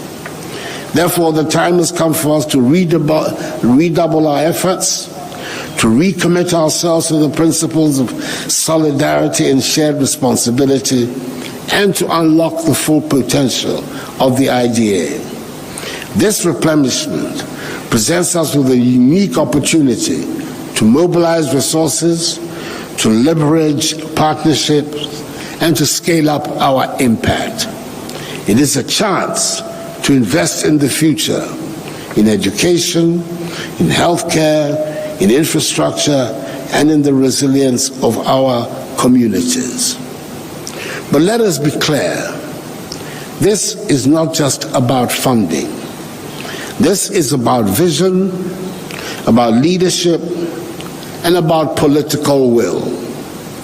It is about recognizing that development cannot be achieved through aid, but requires a comprehensive approach that addresses the root causes of poverty and inequality.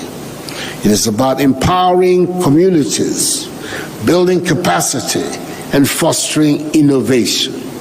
And it is about ensuring that no one is left behind, that the most vulnerable amongst us are given the support and opportunity they need to thrive.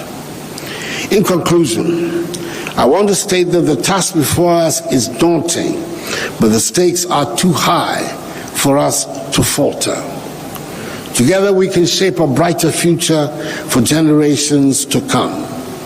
Together we can build a world where every child has the opportunity to fulfill his or her potential, where every family can live in dignity and security, and where every nation can achieve sustainable development. Let us seize this moment, let us rise to the challenge, and let us make history. I thank you for your attention. Thank you, Your Excellency. Allow me to call on the President of the Federal Republic of Somalia, His Excellency Hassan Sheikh Mohamud.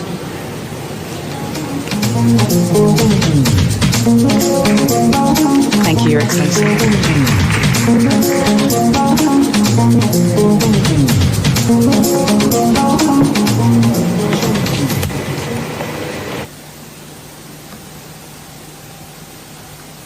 Good morning, Your Excellencies.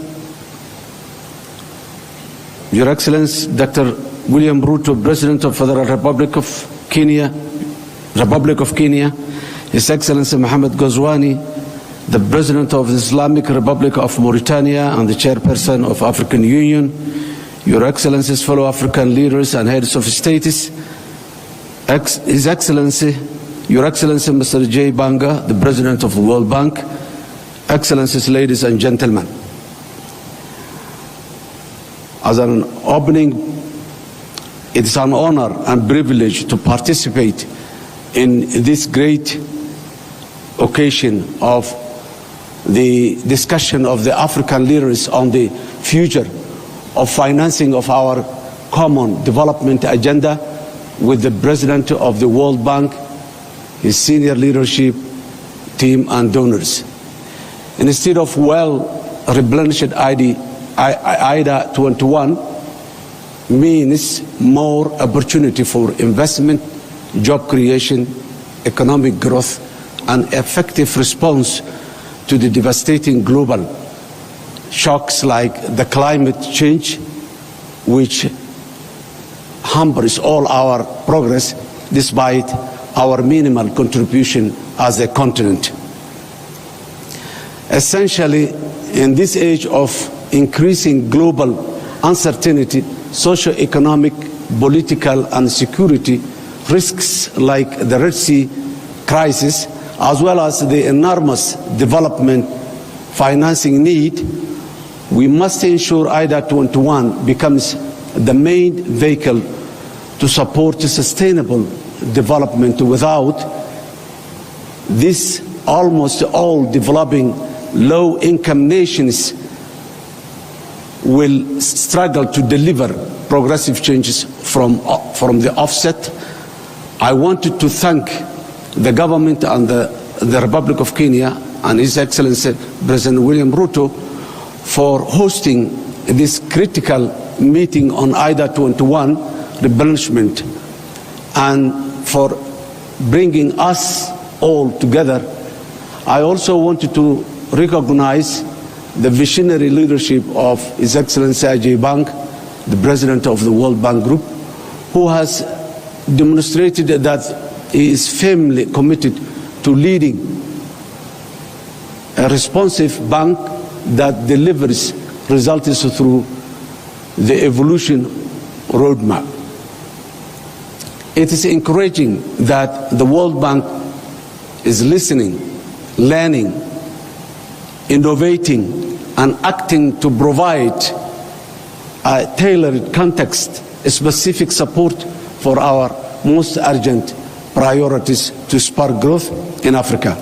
Somalia and IDA for Somalia. IDA is a major lifeline that we are relying on enabling our ambitious national transformation agenda in these hopeful and post-debt relief priorities. IDA's impact on Somalia are enormous and include core institutional and system building, culminating in the achievement of heavily indebted poor countries have a completion point in December 2023. Up to 20% of the Somali population have benefited from the World Bank funded activities in Somalia since 2018. Approximately 69% of these beneficiaries were poor people living with small children and were affected by the drought, floods, and a locust infection in many parts of Somalia. Support to the rehabilitation of access roads and climate resistant infrastructure in many parts of Somalia and many municipalities in corners of Somalia bring various benefits to millions of people, including internally displaced people, IDPs, that had migrated to urban areas due to security, natural disasters events. Provision of effective livelihoods and life-saving assistance to our citizens throughout the triple crisis of climate shocks, locust infestation, and COVID-19 pandemic.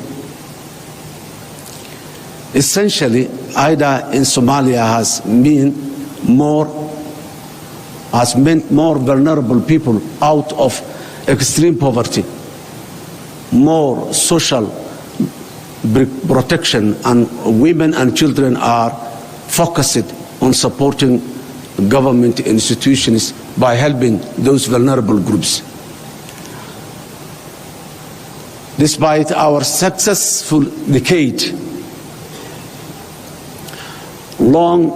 economic reforms to achieve debt relief throughout the highly indebted poor countries initiative, HIBIC, we remain among most fragile states in the African continent and the world. Without doubt, Somalia has come a very long way from where we were a decade ago in terms of macroeconomic stability and socio-economic development. We also have exciting and empowering plans to keep the reform momentum going on, to lock in the vital gains we have made and build on them for a transformative change. However, these efforts require resources. Accordingly, we require the upcoming IDA21 replenishment to be of the scale and ambition that will help shift the situation from fragility to resilience and growth in Somalia. And this can only happen through greater investment in human capital, infrastructure, social protection, job creation, increasing affordable energy access, and building resilience to the disastrous and disproportionate impact of recurrent and cyclical climate emergencies in my country through IDA 2021. Excellencies, ladies and gentlemen, as a government, we are truly committed to build on the economic reform gains from the debt relief process by the future. Further enhancing domestic revenue, mobilization and strengthening public and financial management, debt management, and deepening financial sector development in Somalia. We are cognizant that the most reliable income for the nation is what it collects from its citizens and investors to reinvest the priorities and the public service needs accordingly. With a focus on clear laws and more efficient and effective tax administration, we are steadily growing domestic revenues. Excellencies, ladies and gentlemen, I would like to conclude that IDA is a tool that helps Africa to progress, and in particular Somalia to move forward as fast as we can. Adjustments, tolerances, and flexibility is what is required in the years to come to benefit from the IDA resources. Again, I would like to thank the government and the people of Kenya for providing us this opportunity to discuss about the future of our nations in economic development. I thank you.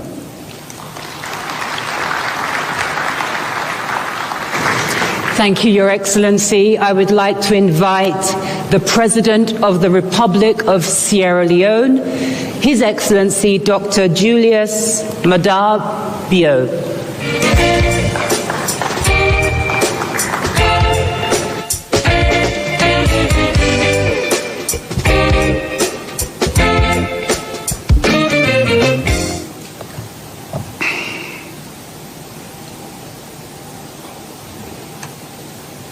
Thank you very much, Madam Moderator. Your Excellency Dr. William Ruto, President of the Republic of Kenya, the African Union Chairperson and President of the Republic of the Islamic Republic of Mauritania, His Excellency Mohammed Ould Sheikh Al Ghazouani, Your Excellencies, Heads of State and Governments, President Ajay Banga, and senior management of the World Bank Group, representatives of the United Nations, the African Union, and other regional bodies, representatives of governments, distinguished ladies and gentlemen, I bring you very warm greetings from the government and people of Sierra Leone. I extend my deep gratitude to President William Ruto and the people of Kenya for hosting the 21st replenishment of the International Development Association Summit for Africa 2024. IDA21. I express similar appreciation to the International Development Association team and its partners for their relentless effort in accelerating the mobilization of much needed resources that will support the transformational development objectives of low-income countries, including those in our beloved continent. Your Excellencies, ladies and gentlemen, Africa is at a crossroads. Our continent faces an array of challenges unique in its history. Recovery from the devastating impact of COVID-19, rising debt and economic vulnerability, political instability, the growing disruption of climate change, often compounding underlying fragilities and the full crisis triggered by the conflict in Ukraine. According to the Sustainable Development Goal Report 2023, if the current trends persist, about 7% of the world's population, which is 575 million, will remain in extreme poverty, with most of them being in sub-Saharan Africa.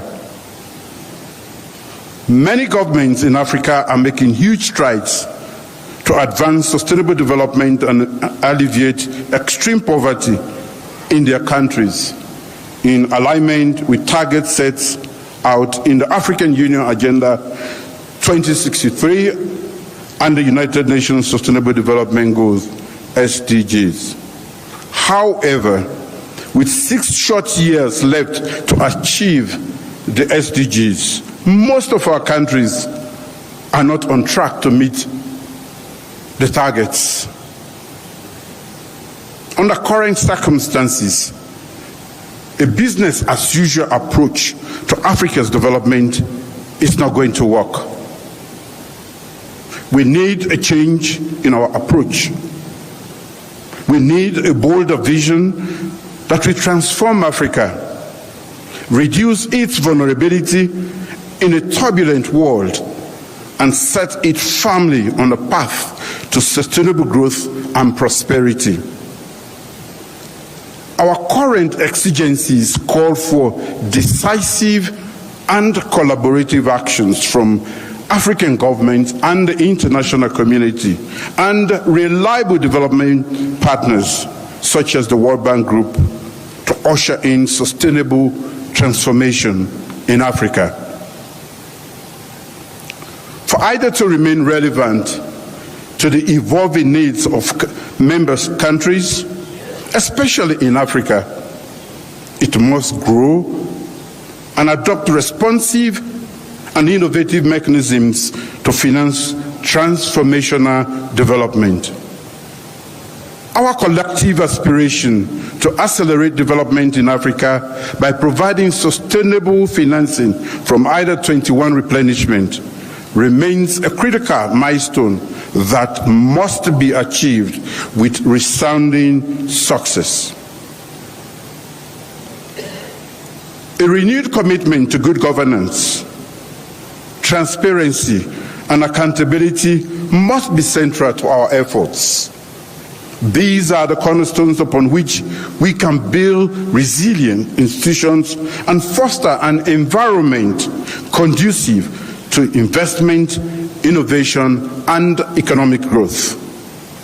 Therefore, Sierra Leone unreservedly endorses the Nairobi IDA communique and looks forward to working with recipient African nations to advocate for a mega 21st IDA replenishment. The communique reflects our vision to ensure prosperity of Africans and particularly safeguard the aspirations of Agenda 2063 and the SDGs, which aim to end poverty, protect the planet, and ensure that by 2030 all people enjoy peace and prosperity. Today, as we present the IDA Nairobi communique, we are optimistic that the provision of additional resources would support our vision for a climate-smart, resilient, and integrated Africa.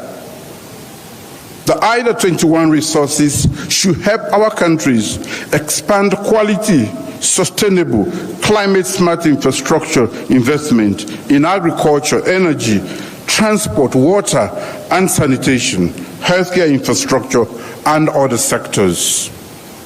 Your Excellencies, ladies and gentlemen, Africa is key to global growth, security, and ending poverty in a livable planet. Despite the many threats our nations face, there are also real opportunities on the continent. our natural resources, youthful population, and rapid growth of African cities and the middle classes have huge potential as they are beckons for investors to search in search of new markets.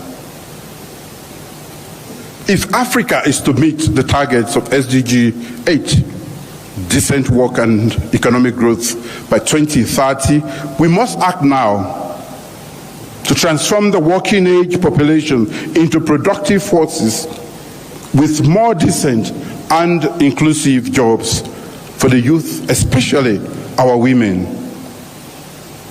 According to the International Labour Organization, ILO, over 72 million youths in Africa are not in education, training, or employment, and the majority of these are women. The IDA21 replenishment thus provides a window to increase job creation through scaling up private sector investment, increasing critical and growth sectors, promoting entrepreneurial skills, technology and innovation, and boosting female empowerment. As measured by the World Bank's Human Capital Index, assuming that a child born in sub-Saharan Africa benefits from complete education and full health care coverage, he or she is anticipated to realize only 40% of future productivity. The Human Capital Index, this Human Capital Index is 48% for lower income countries and 71% for higher income countries. Clearly, we have more work to do for Africa. Therefore, stronger global cooperation and a commitment to investing in African capital, a human capital, and creating a productive workforce are important ingredients in enabling developing countries to escape the trap of poverty and enhance economic growth and development. As we all strive to prioritize education and skills development, enhance quality health and well-being, and promote social protection policies and coverage, we must do so with a strong desire and will to advocate for increased resources that will make an indelible footprint in our lives for our people. In our collective action for IDA21 replenishment, we must ensure that women and girls, we must ensure that empowering women and girls is not optional. It is a condition for achieving inclusivity and sustainable development on our continent. We must allocate increased resources for gender mainstreaming in all our development programs. This includes improving women's access to productive resources, strengthening access to quality social services such as education, maternal and childhood, addressing gender-based violence, and advancing women's leadership and representation in decision-making platforms. Also, given our prevailing fragilities, increase resources for security, conflict prevention and management, peace building, access to justice and crisis, and emergency response, we serve as important pillars in building stronger and more peaceful continent.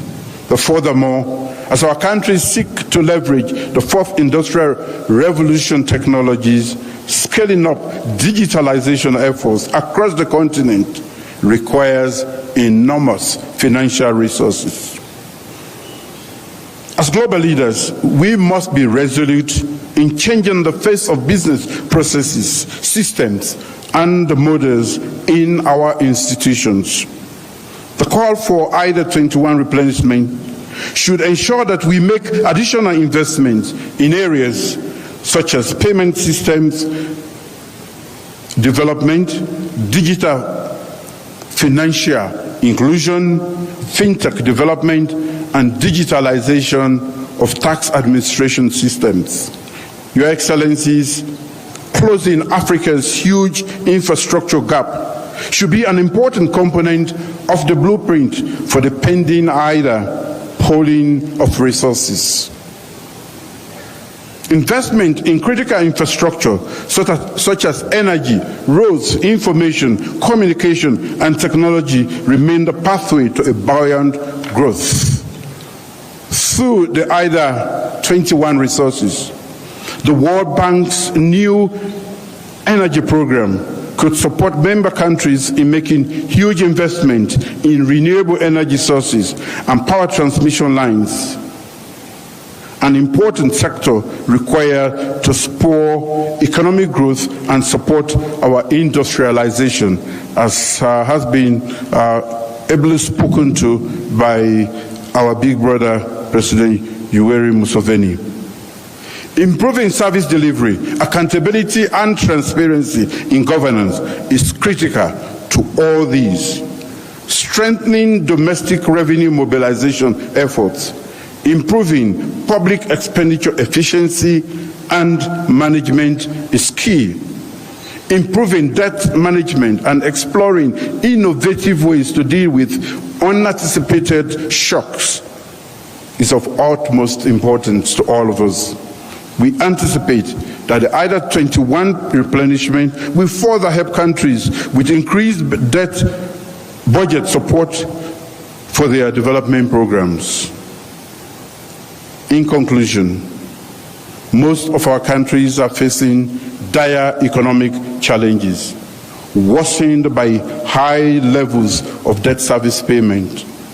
Despite these financial challenges, my government remains committed to delivering people-centered development through our medium-term national development program plan. We are leveraging the big 5 game changers, priority areas of intervention to improve the quality of life of our people. These include 1, our flagship Feed Saloon program to boost agricultural productivity and achieve food security. 2, accelerating human capital development. 3, developing youth employment schemes. 4, revamping our public service architecture. And 5, infrastructure development and improving technology. We require substantial financial and technical support and strategic partnership to spur sustainable growth and social progress in the region to alleviate extreme poverty in our country. Given the need to support the pact articulated in the Nairobi communique, I join my colleagues in the call to generate resources for IDA21 replenishment that will be significantly higher than the record 93 billion raised in 2022 for IDA20.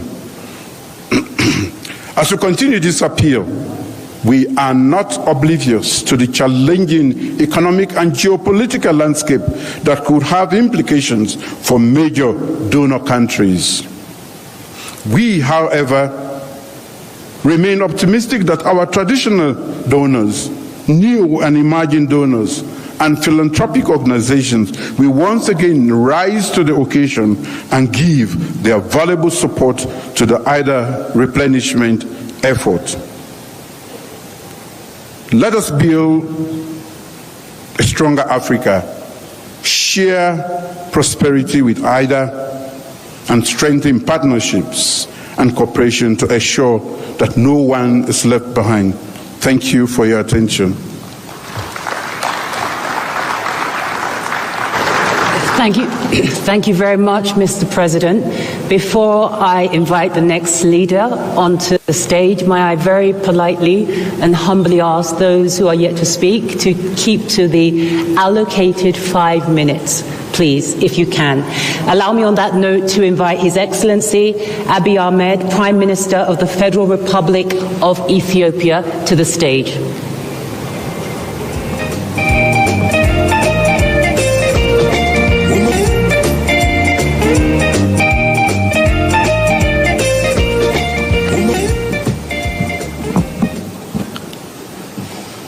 Your Excellency, President William Ruto, Your Excellencies, Heads of State and Government, Your Excellency, Aja Bange World Bank Group, President, IDA representatives of other regions, distinguished invited guests, ladies and gentlemen.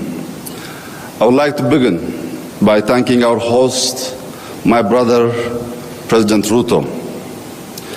As we gather today, our shared vision for prosperous, equitable, and sustainable future hinges upon our ability to address the pressing challenges faced by countries across the continent, while also harnessing the immense potential of its youth population. Allow me to shed light on the state of affairs in Ethiopia, a nation that has been harnessing resilience in the face of a spectrum of challenges, aggravated by external forces such as climate change, pandemic, geopolitical tension, and the soaring global cost of living. First and foremost, the Ethiopian government has navigated structural macroeconomic reforms amid challenges, focusing our attention on macro-financial stability, productivity enhancement, and favorable investment climate. Second, and central to our collective aspirations for a peaceful continent, we must foster dialogue and reconciliation. In late 2021, Ethiopia formed the National Dialogue Commission to lead inclusive talks, independently tackling ongoing conflicts with wide public involvement. The Commission has thus far had consultative dialogue involving tens of thousands of stakeholders over 2 years. Regional dialogue are imminent, aiming to expand participation further. Third, like many IDA countries, Ethiopia faces unemployment and a skill gap challenge, with the government prioritizing accessible education to empower citizens while encouraging youth engagement in startups across various fields. Investment in skills and education is central to Ethiopia's 10-year development plan, with a focus on sectors like agriculture, manufacturing, and tourism, expected to cover over 2 million new jobs. Fourth, universal energy access stands as a cornerstone for sustainable development. As it stands currently, half of our population is still without access to reliable electricity. We are massively investing on clean and renewable energy generation projects, which aims to accelerate universal access to affordable and reliable energy for all our people. Despite possessing over 60,000 megawatt potential from our diverse renewable energy sources, realizing this capacity demands substantial investment. Fifth, the digitalization of economies holds immense potential to enhance connectivity, spur innovation, and expand access to essential services. In Ethiopia, our telecom sector liberalization, mobile money, and digital payment system have expanded financial access in Ethiopia. The National Digital ID program we have launched is also a crucial step towards our digital transformation, greatly improving public service access. Lastly, as stewards of our planet, we must prioritize efforts to build a livable future for all. The Horn of Africa faces escalating threats from climate change, including rising temperature, food insecurity, and extreme weather events. Ethiopia is actively countering this challenge through its Green Legacy initiative, prioritizing afforestation, reforestation, and environmental conservation. With over 32.5 billion seedlings planted towards a goal of 50 billion over 2 phases. Ethiopia aligns with global agreements like the Paris Climate Change Agreement and the 2030 Agenda for Sustainable Development. Excellencies, while the international development associations' existing support must be commended, the sheer scale for challenges many African countries faces necessitate a renewed approach. With 120 million people, Ethiopia has great potential for prosperity. Yet, as a key recipient of IDA support in Africa, Ethiopia faces a significant financing shortfall that may hinder its progress. Meeting the goals of IDA21 replenishment is vital to accessing essential development funds and driving Ethiopia toward its maximum potential. We urge IDA to significantly enhance its financial capacity and funding models, specifically increased support for crisis preparedness, response, and recovery is essential. I thank you.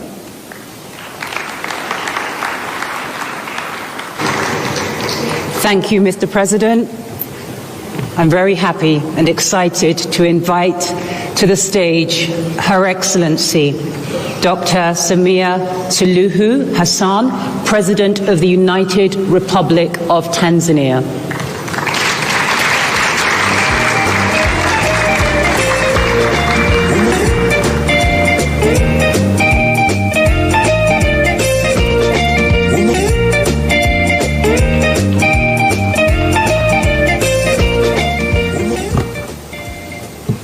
Your Excellency, President William Ruto, our host, Chairperson of the African Union, President Mohamed Ghazouani of Mauritania, Excellencies, Heads of State and Government, President of the World Bank, ladies and gentlemen, I thank President Ruto and the government of Kenya for the warm hospitality extended to us and commend him on successful hosting of this summit.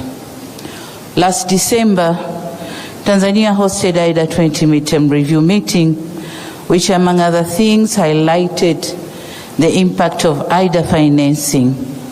In addition, to emphasize the need for an ambitious IDA21 replenishment, Tanzania reiterated as its appreciation for IDA's collaboration, which has helped to improve maternal and child health indicators, rural electrification rates, access to safe drinking water, and economic recovery more broadly. We believe that it should be a collective effort to highlight both the impactful success stories of IDA and the potential that IDA still has. Indeed, IDA has great potential to help its recipients to leverage resources from other partners. For instance, in Tanzania, we have an infrastructure project in Dar es Salaam called the Msimbazi Basin Development Project, which benefited from World Bank support worth $2 million. Having secured these resources, Tanzania has already been able to leverage an additional $60 million from other partners for this project, which aims at strengthening flooding or flood resilience and integrated urban development in our economic hub. Excellencies, in a bid to consolidate and building on the successes obtained during IDA20, we are pleased to advance this most important dialogue on IDA21. We are doing so at a time when Africa and the world are still facing the effects of multiple crises. In light of this crisis, coupled with significant shortfalls in development finance and shrinking fiscal space, what is required in going forward are more concessional resources. Moreover, considering the challenges related to present projected debt levels, we strongly believe that IDA21 should focus more on providing concessional loans, such as the 50-year credit loans. Given the present debt architecture on the continent, these facilities would provide more fiscal space to African countries to address competing development needs. Additionally, in the forthcoming IDA21 cycle, it is critical that policies are simplified and operational processes are streamlined. This is a matter that has a bearing on the access to development finance, the indirect cost of finance, and the achievement of the development objectives within the planned framework. Excellencies, all what would be discussed during this meeting are underpinned by investment in our human capital, which drives innovation and growth. And this is where my brother President Museveni was talking about. Africa needs transfer of technology and technical know-how. It will be recalled that in July 2023, Tanzania, in collaboration with the World Bank, hosted the African Heads of State Human Capital Summit. At that summit, we committed to investing in people for improving productivity and building inclusive and resilient economy. We believe that the commitments highlighted in Dar es Salaam Declaration on Human Capital are relevant and merit IDA's support. Excellencies, history attests to the transformative potential of IDA support for countries to transform and graduate. We expect the same spirit to guide us ambitiously in the IDA21 replenishment. It is on this basis that Tanzania also calls for an ambitious IDA21 replenishment that matches Africa's development aspirations with the resource needs. Once again, we commend IDA partners for their support and call upon them to honor their pledges to foster economic development and improve living conditions. Thank you for your kind attention. Thank you, Your Excellency. Allow me to invite to the stage His Excellency Evariste Ndayishimiye, the President of the Republic of Burundi.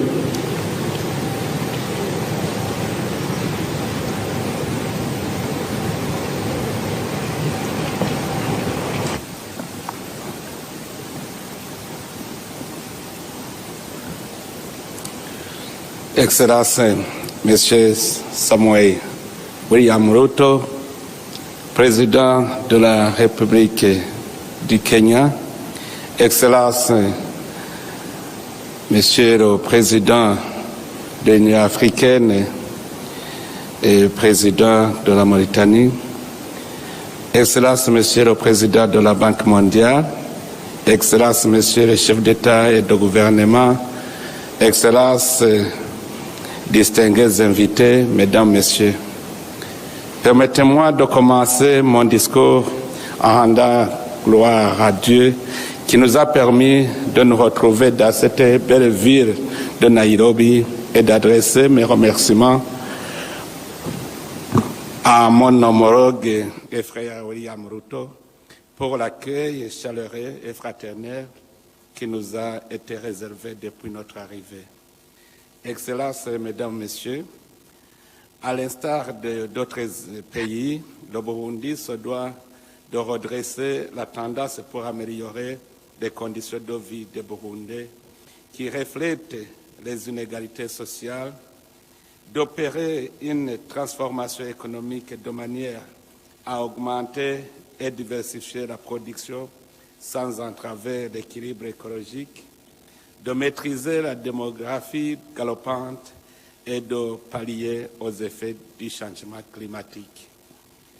Le peuple burundais s'est donné un pari de l'émergence en déjà 16 ans à travers sa nouvelle vision d'un Burundi émergent en 2040 Burundi développé en and 2060. was developed in 2000.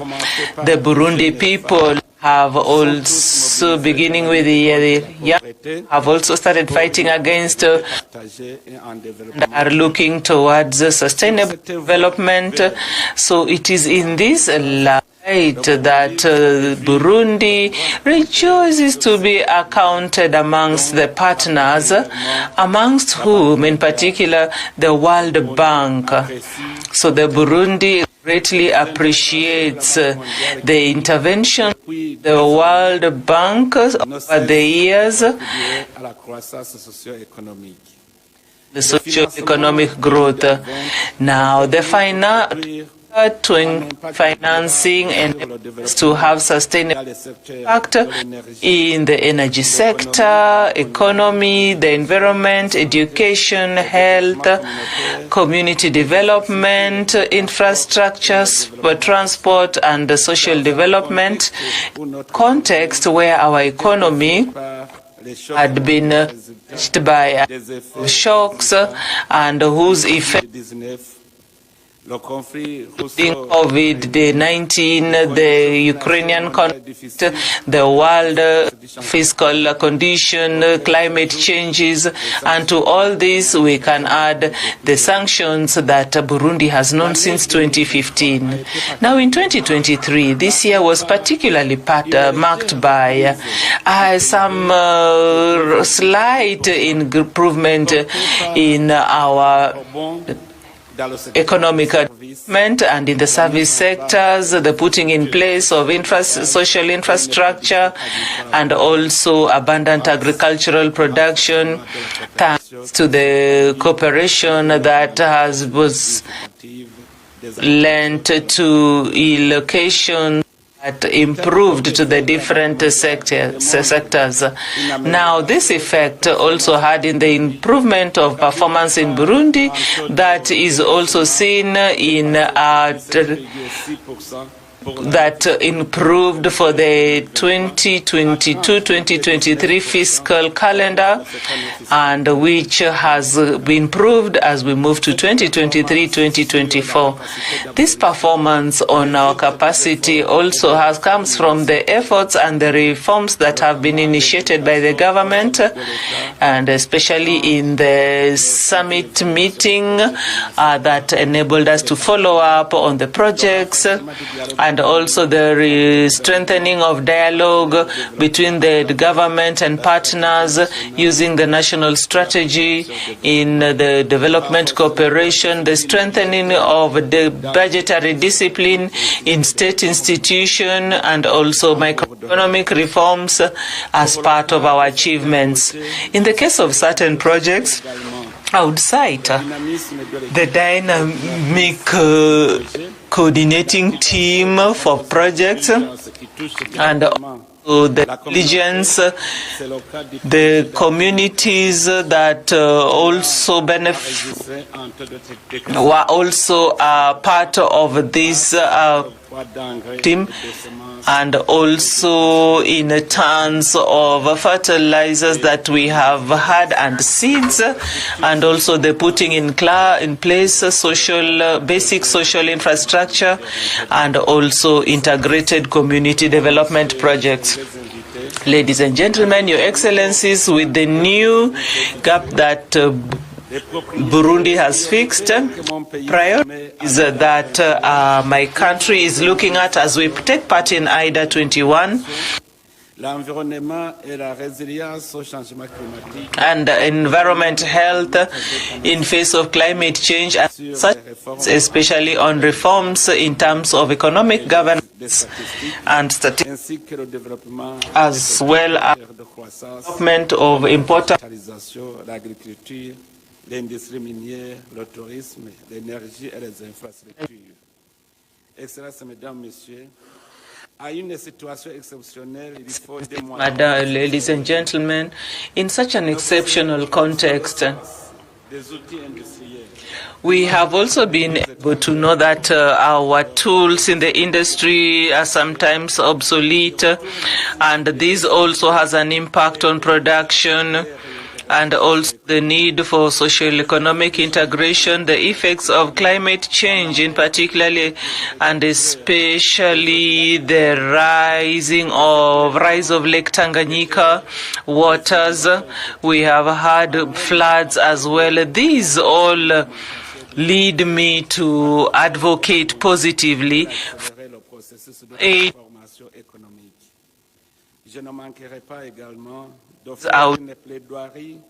pour le financement de la stratégie nationale de réintégration socio-économique durable des personnes sinistrées récemment people who have been affected, and this includes a project of retention of human labor. So we are confident the investments and the actions that are foreseen in the priority areas that we have identified that are in coherence with our 2024-25 vision and the objectives of development that allow for transformation in the continent will find favor with our technical and financial partners, with the World Bank, and also as we look to have economic growth.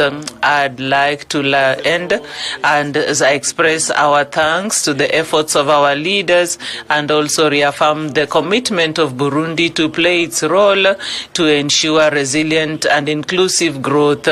I thank you all for lending me your ears.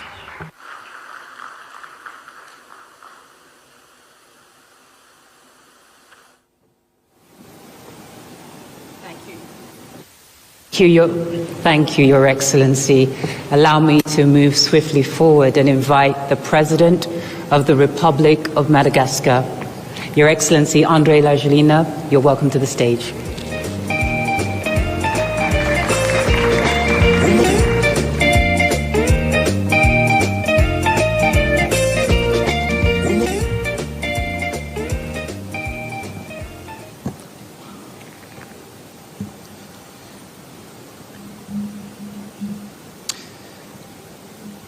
Excellences, Monsieur le Président de la République du Kenya, Excellences, Messieurs les chefs d'État et de gouvernement, Monsieur le Président de la Banque mondiale, Mesdames et Messieurs les représentants de l'IDA, Ladies and gentlemen, representatives of leaders and institutional financial institutions, and Your Excellency, our lenders, ladies and gentlemen, je tiens tout d'abord I would like to express my gratitude and my thanks au président et au to peuple the kenyan President and the people pour l'hospitalité à l'endroit de ma délégation et moi-même that my depuis delegation notre and my arrivée team have received ici since à our Nairobi. arrival here in Nairobi. Je félicite le I'd like président to William Ruto congratulate pour l'organisation et President la Banque William mondiale Ruto for the pour l'organisation organization régulière and de the cette World Bank réunion for de the haut regular niveau organization qui of this réunit les high-level meeting contributeurs de that l'IDA, reunites the ses contributors and the bénéficiaires pour leaders renforcer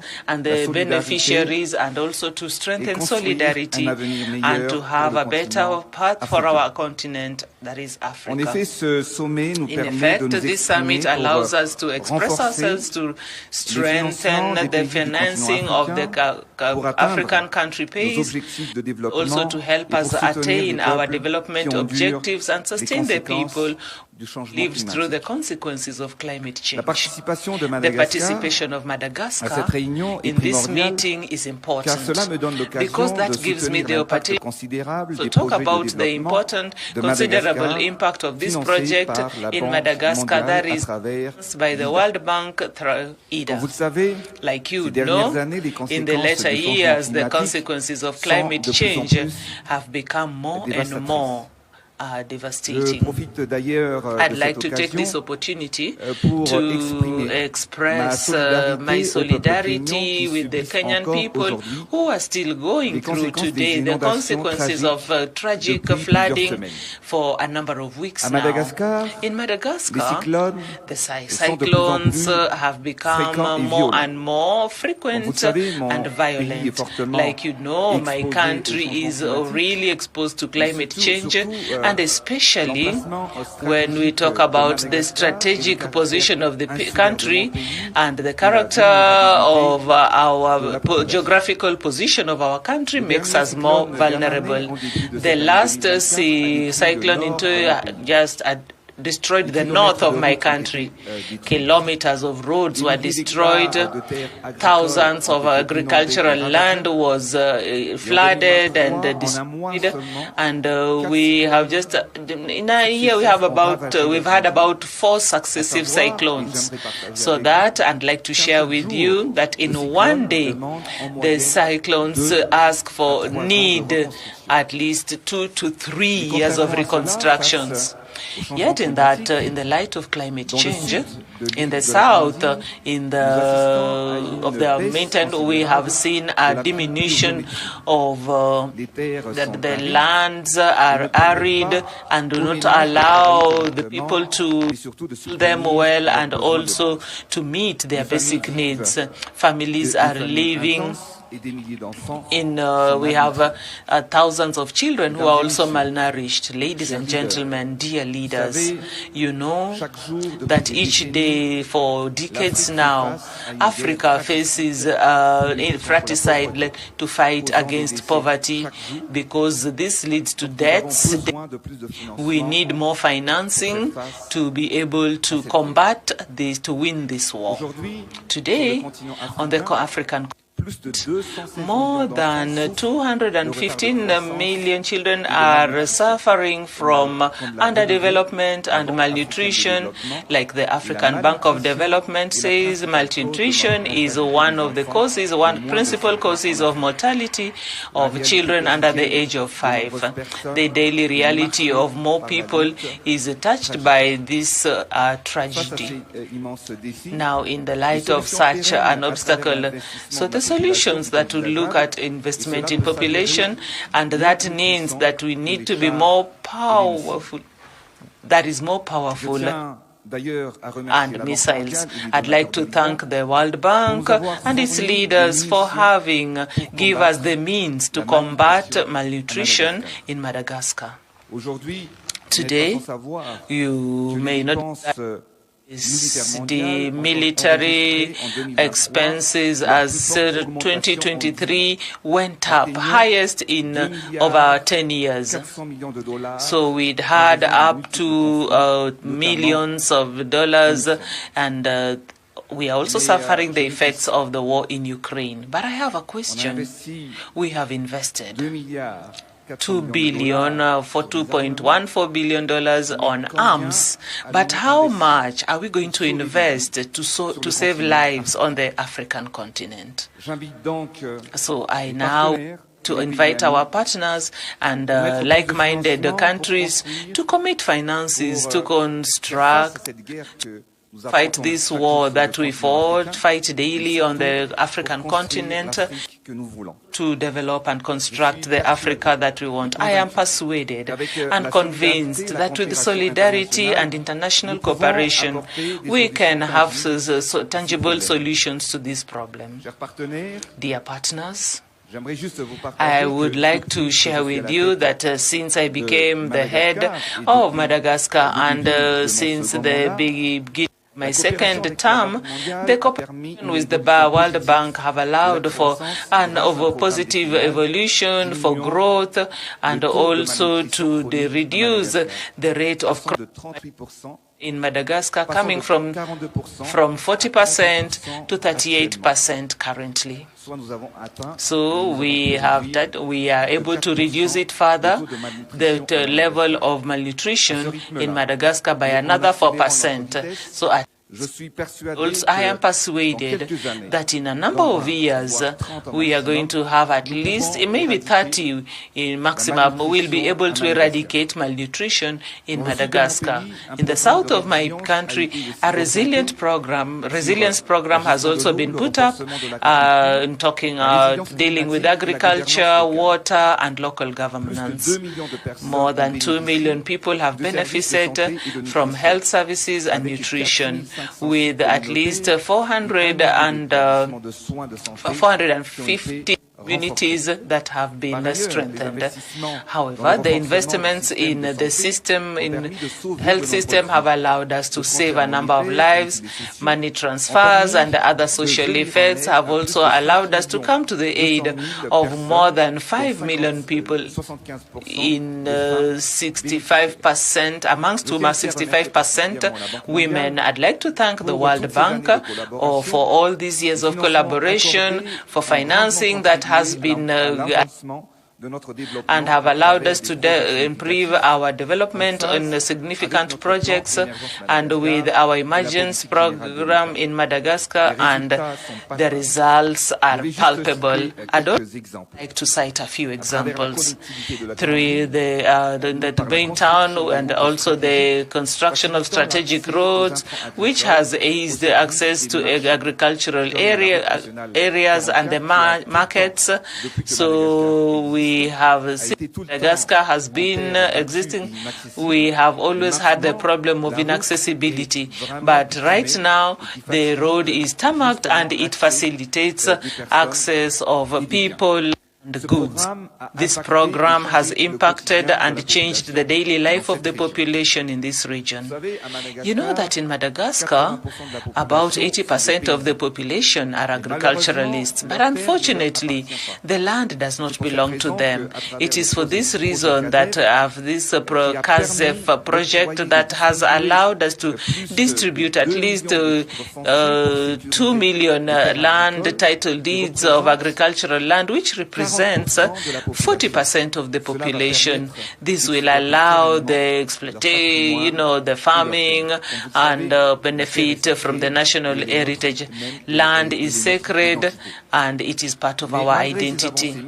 Despite these major advancements, we still have complicated obstacles, and resilience is becoming more and more difficult. Madagascar needs more financing, and it has to be consequentially financing to help us tap to the resources that accumulated over the decades, and also to have electricity made accessible to the population in the big towns. The majority of African population, about 65% of Malgache families, do not have access to electricity. It is for this reason that we have put in place a program to electrify each home through a program which we call Azavana Wano, or Light for All. We have decided each household in Madagascar has a solar kit. So our objective is within a year and a half, for more than 4 million households will have this kit to light up their houses, and thus will also lead us to an economy that will see $950 million that which is spent in, and that is about $2 per home for this lighting project. So this is what we are talking about on the African continent. Ladies and gentlemen, dear partners and leaders, like I had said, and I have just done so. So all these this investment is to support. It is not only where we are functional. We also have a number of the arms that are devastating us: hunger, famine, natural catastrophes, illnesses, and most of them are brought about by climate change. These are the kind of arms I'm talking about that are touching us annually, and each day there are millions of children who succumb to malnutrition. Millions of people die of hunger. And we also have others who do not get adequate access to health because as they suffer from the devastating effects of climate crisis and change. I'd like to invite as leaders to also improve from the World Bank, because Africa has many obstacles to face, and also enable the countries to catch up in terms of development. May our voice go out as an echo. May it also speak about our engagement as we a future for all, and together we'll be able to make a difference. Together we transform poverty into a prosperous future, and with a dignified for our people, so that all generations, the lead generations, depend on what the leaders do today. Thank you to our partners, partner countries, and also to the contributors to IDA. Your aid is determinant in development, on the African continent, and as such, for a country like Madagascar, we support this for our country. So long live today's leaders who are bringing development for tomorrow.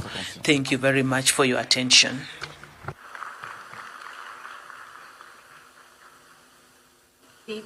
Merci beaucoup, Votre Excellence. Thank you so much, Excellency. Head of State to address us, I'd like to recognize the presence of the former Prime Minister of Kenya, Mr. Raila Odinga, and the Chief Justice of Kenya, Martha Koome. You're both welcome.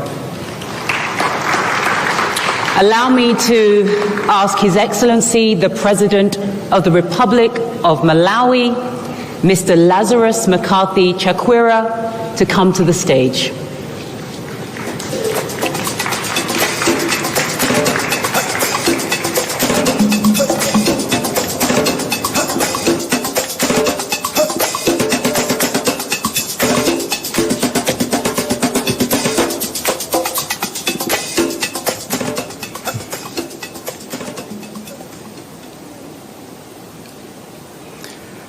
Your Excellency and my brother, Dr. William Ruto, President of the Republic of Kenya,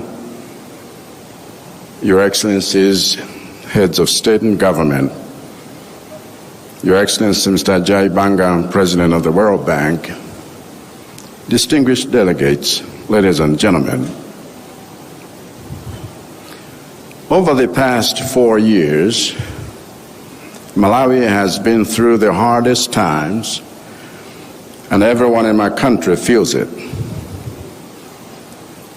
Like a patient suffering from serious multiple attacks against multiple organs in quick succession,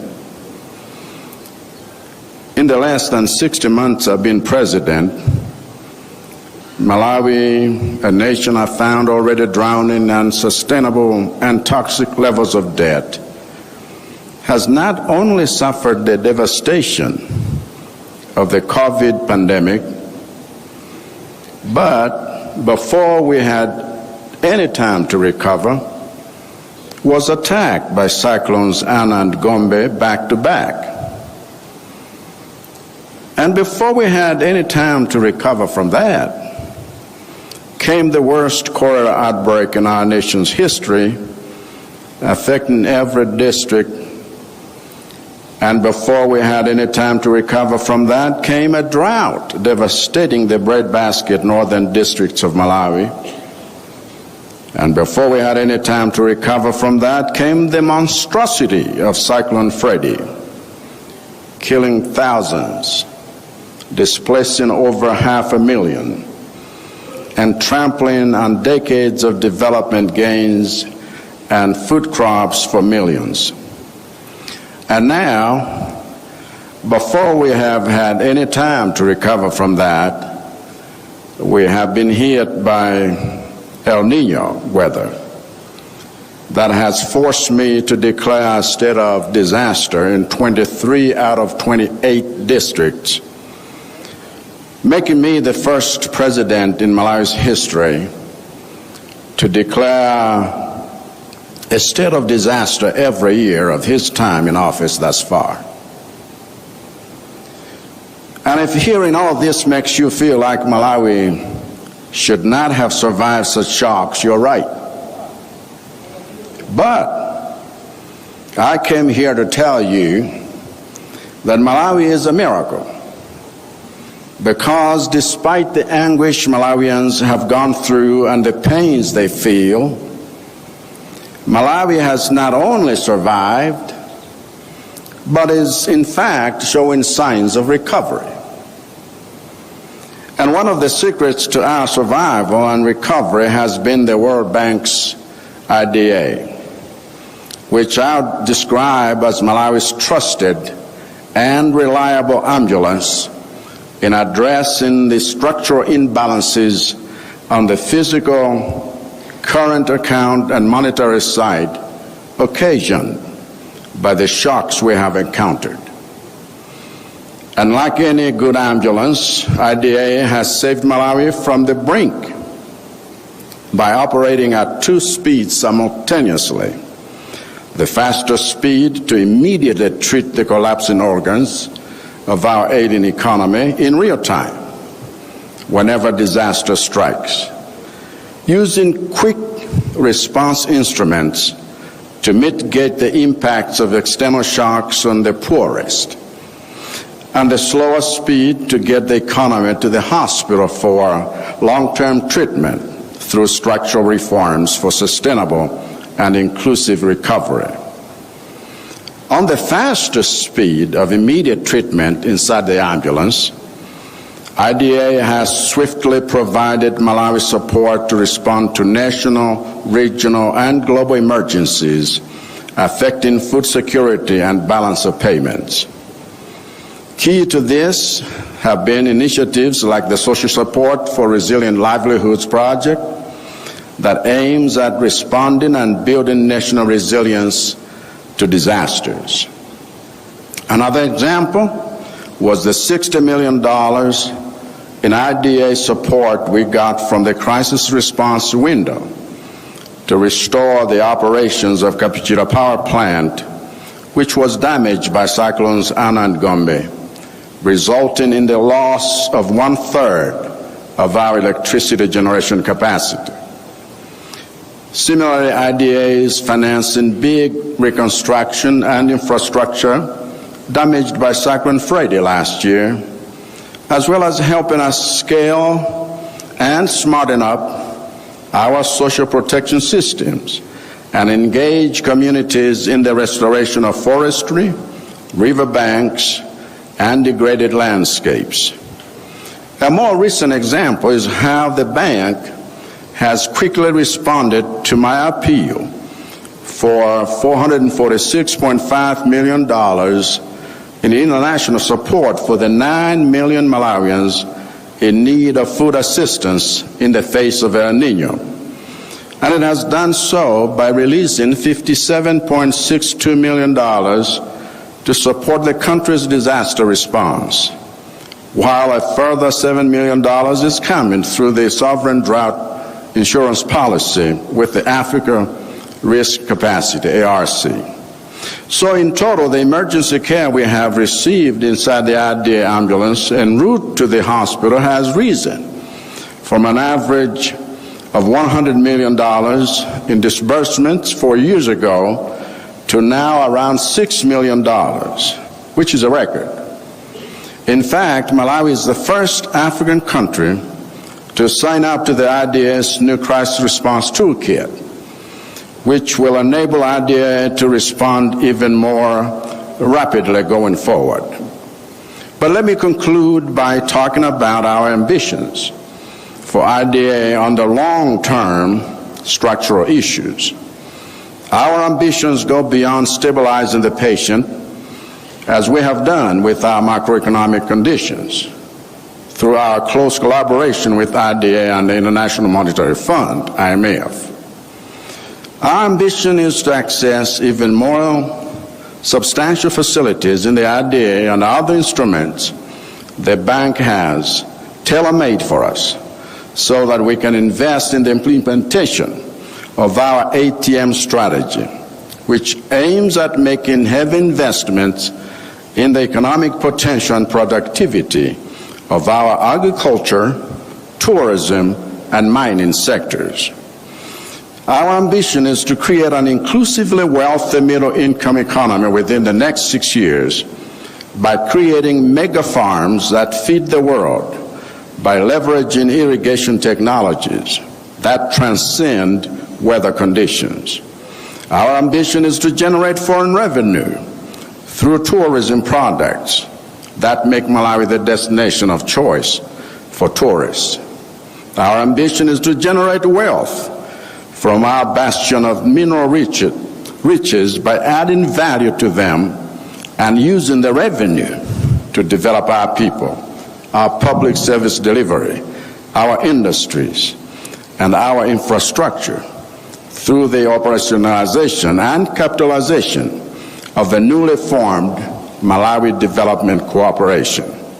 We will therefore appeal for flexibility in the accessibility of IDA facilities, for our ambition is for the bank to go beyond in-ambulance emergency treatment and in-hospital long-term recovery.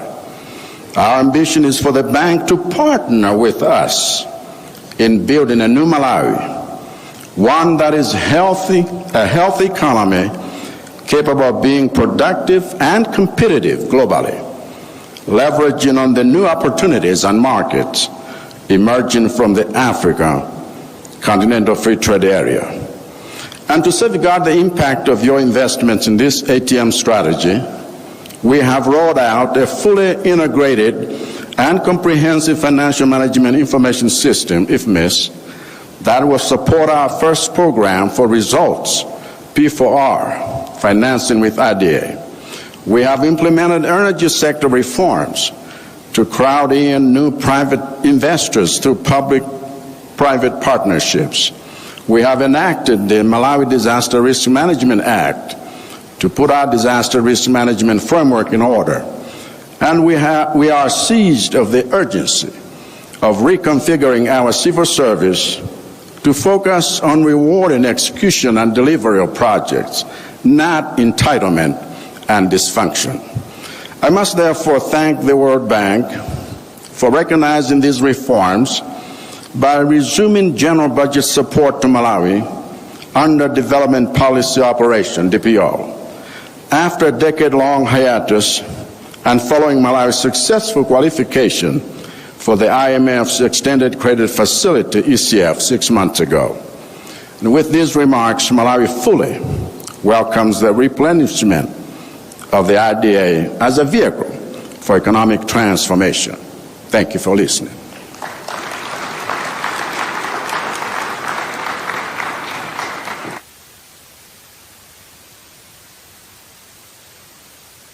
Thank you, Mr. President.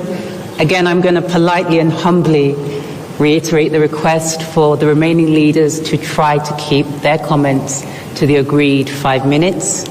On that note, allow me to invite Son Excellence, His Excellency Nadir Labawi, Prime Minister of the People's Democratic Republic of Algeria. Welcome to the podium, sir.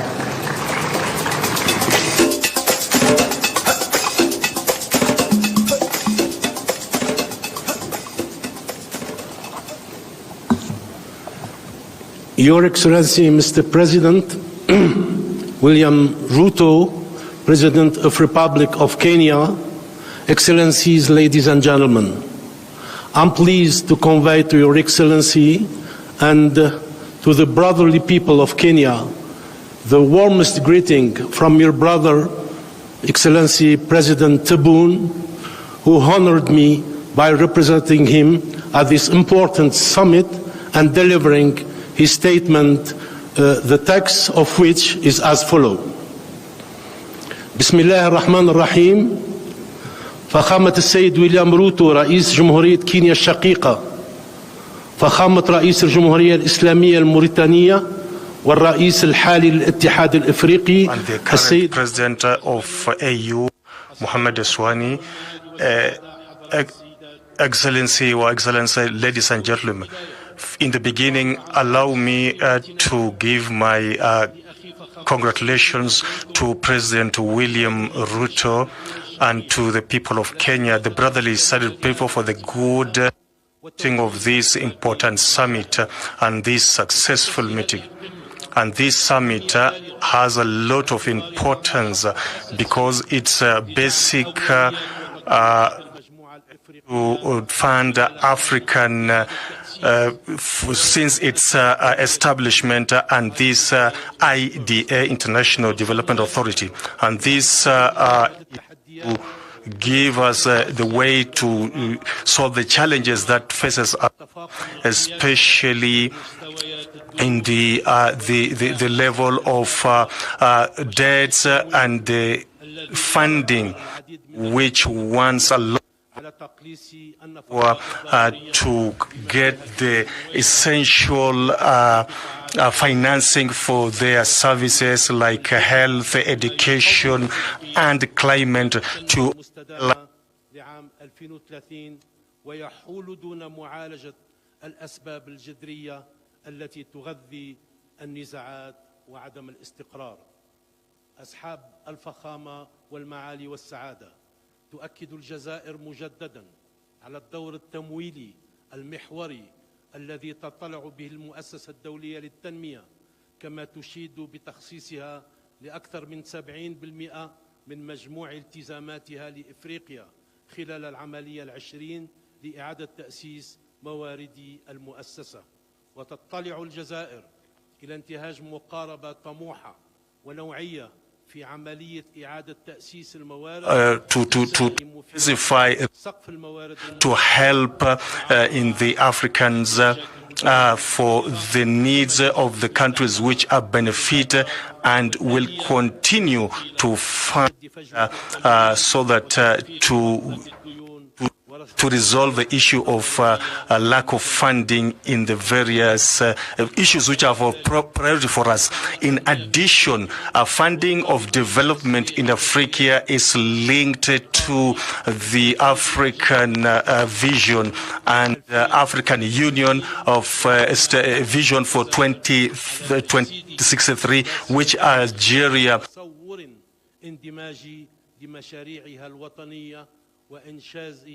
وإنجاز مشاريع تنموية أخرى بعدة دول development projects in the neighboring countries. التي رافعت دوما عن قضية التنمية في إفريقيا وكان لها دور ريادي في المسعى الجماعي لإرساء نظام اقتصادي جديد عادل وشامل تتطلع إلى جعل هذا اللقاء الهام منصة لتقاسم الخبرات وتشارك التجارب الناجحة لإثراء النقاش واستكشاف السبل الأمثل للدفع بالتنمية في قارتنا. ومن هذا المنطلق أود الإشارة إلى الإصلاحات الاقتصادية العميقة التي باشرتها الجزائر لبناء نموذج اقتصادي جديد قائم على تنويع الاقتصاد وخلق الثروات وتحرير روح المبادرة. وبفضل هذه الجهود حققت بلاد الجزائر to support the progress in the last 2 years, which has been supported by Algeria, and to continue with the social development, to fund the infrastructure in the continent. We have come with an issue with a new infrastructure and the investment to come with this law, with the transparency, to work with the national and foreign investment and with a new scheme so that to invest in this and to come with the banking and financing for the Algerian banks, especially in the African continent. And on the social, we want to continue to have a social justice and enable the citizen to get the services, all the sectors.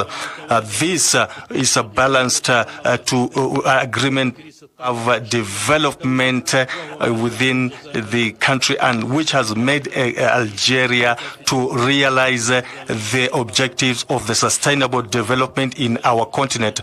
Excellencies, in conclusion, I would like to renew our commitment to work with all the countries and to support all that will come out from this summit, which is necessary for our African continent as a plan to work with the to continue for a good future and sustainable development.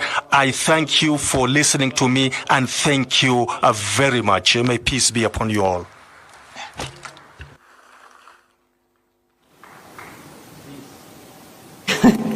Merci beaucoup. Thank you very much to the Prime Minister of the People's Democratic Republic. I would like to now take this opportunity to say thank you to all heads of states and leaders for their statements, and invite my colleague, Michael Gitonga, back on stage. Thank you. Thank you, Yvonne. Can we give a clap, please? Thank you. And all other excellencies and heads of delegation will speak at the next session, and we'll handle that. So for us to transition to the next session, I will just guide you. We're going to have all the heads of state, only heads of state, to exit the room, while the rest of us will remain seated. So at this point, I would like to kindly request all the heads of state to exit the room. They'll be guided by protocol officers, where we'll have a family photo. Kindly note, only heads of state to exit. The rest of us, please, let's remain seated, and I'll guide you shortly. For those participating in the closed-door session, we will proceed from here to that room, so that the heads of states, after the family photo, they will find us ready for them. So only heads of states to exit, where we'll proceed for the family photo at the front courtyard. At the front of the courtyard by the stairs. The rest, kindly, let's remain seated. For those participating in the closed door session, we'll proceed to the closed door room, which is to your right, my left. But I'll guide you on when we'll do that, once we've had all the heads of state having exited the room. Thank you.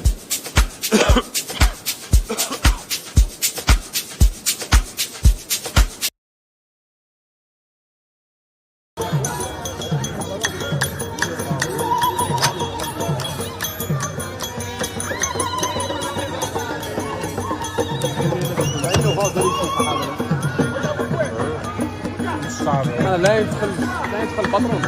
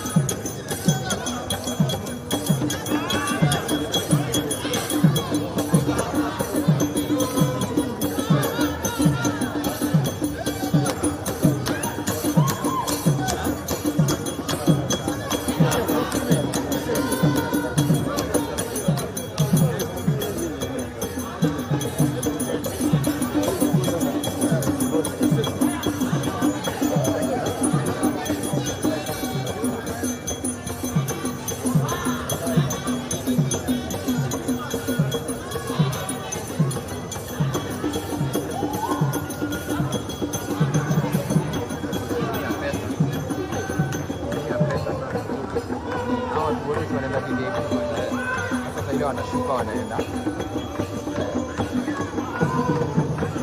Ile light bado iko sawa. Ile light ya pale kwa hapo. Bado iko. Nataka nichukue. Sikia hapo tena.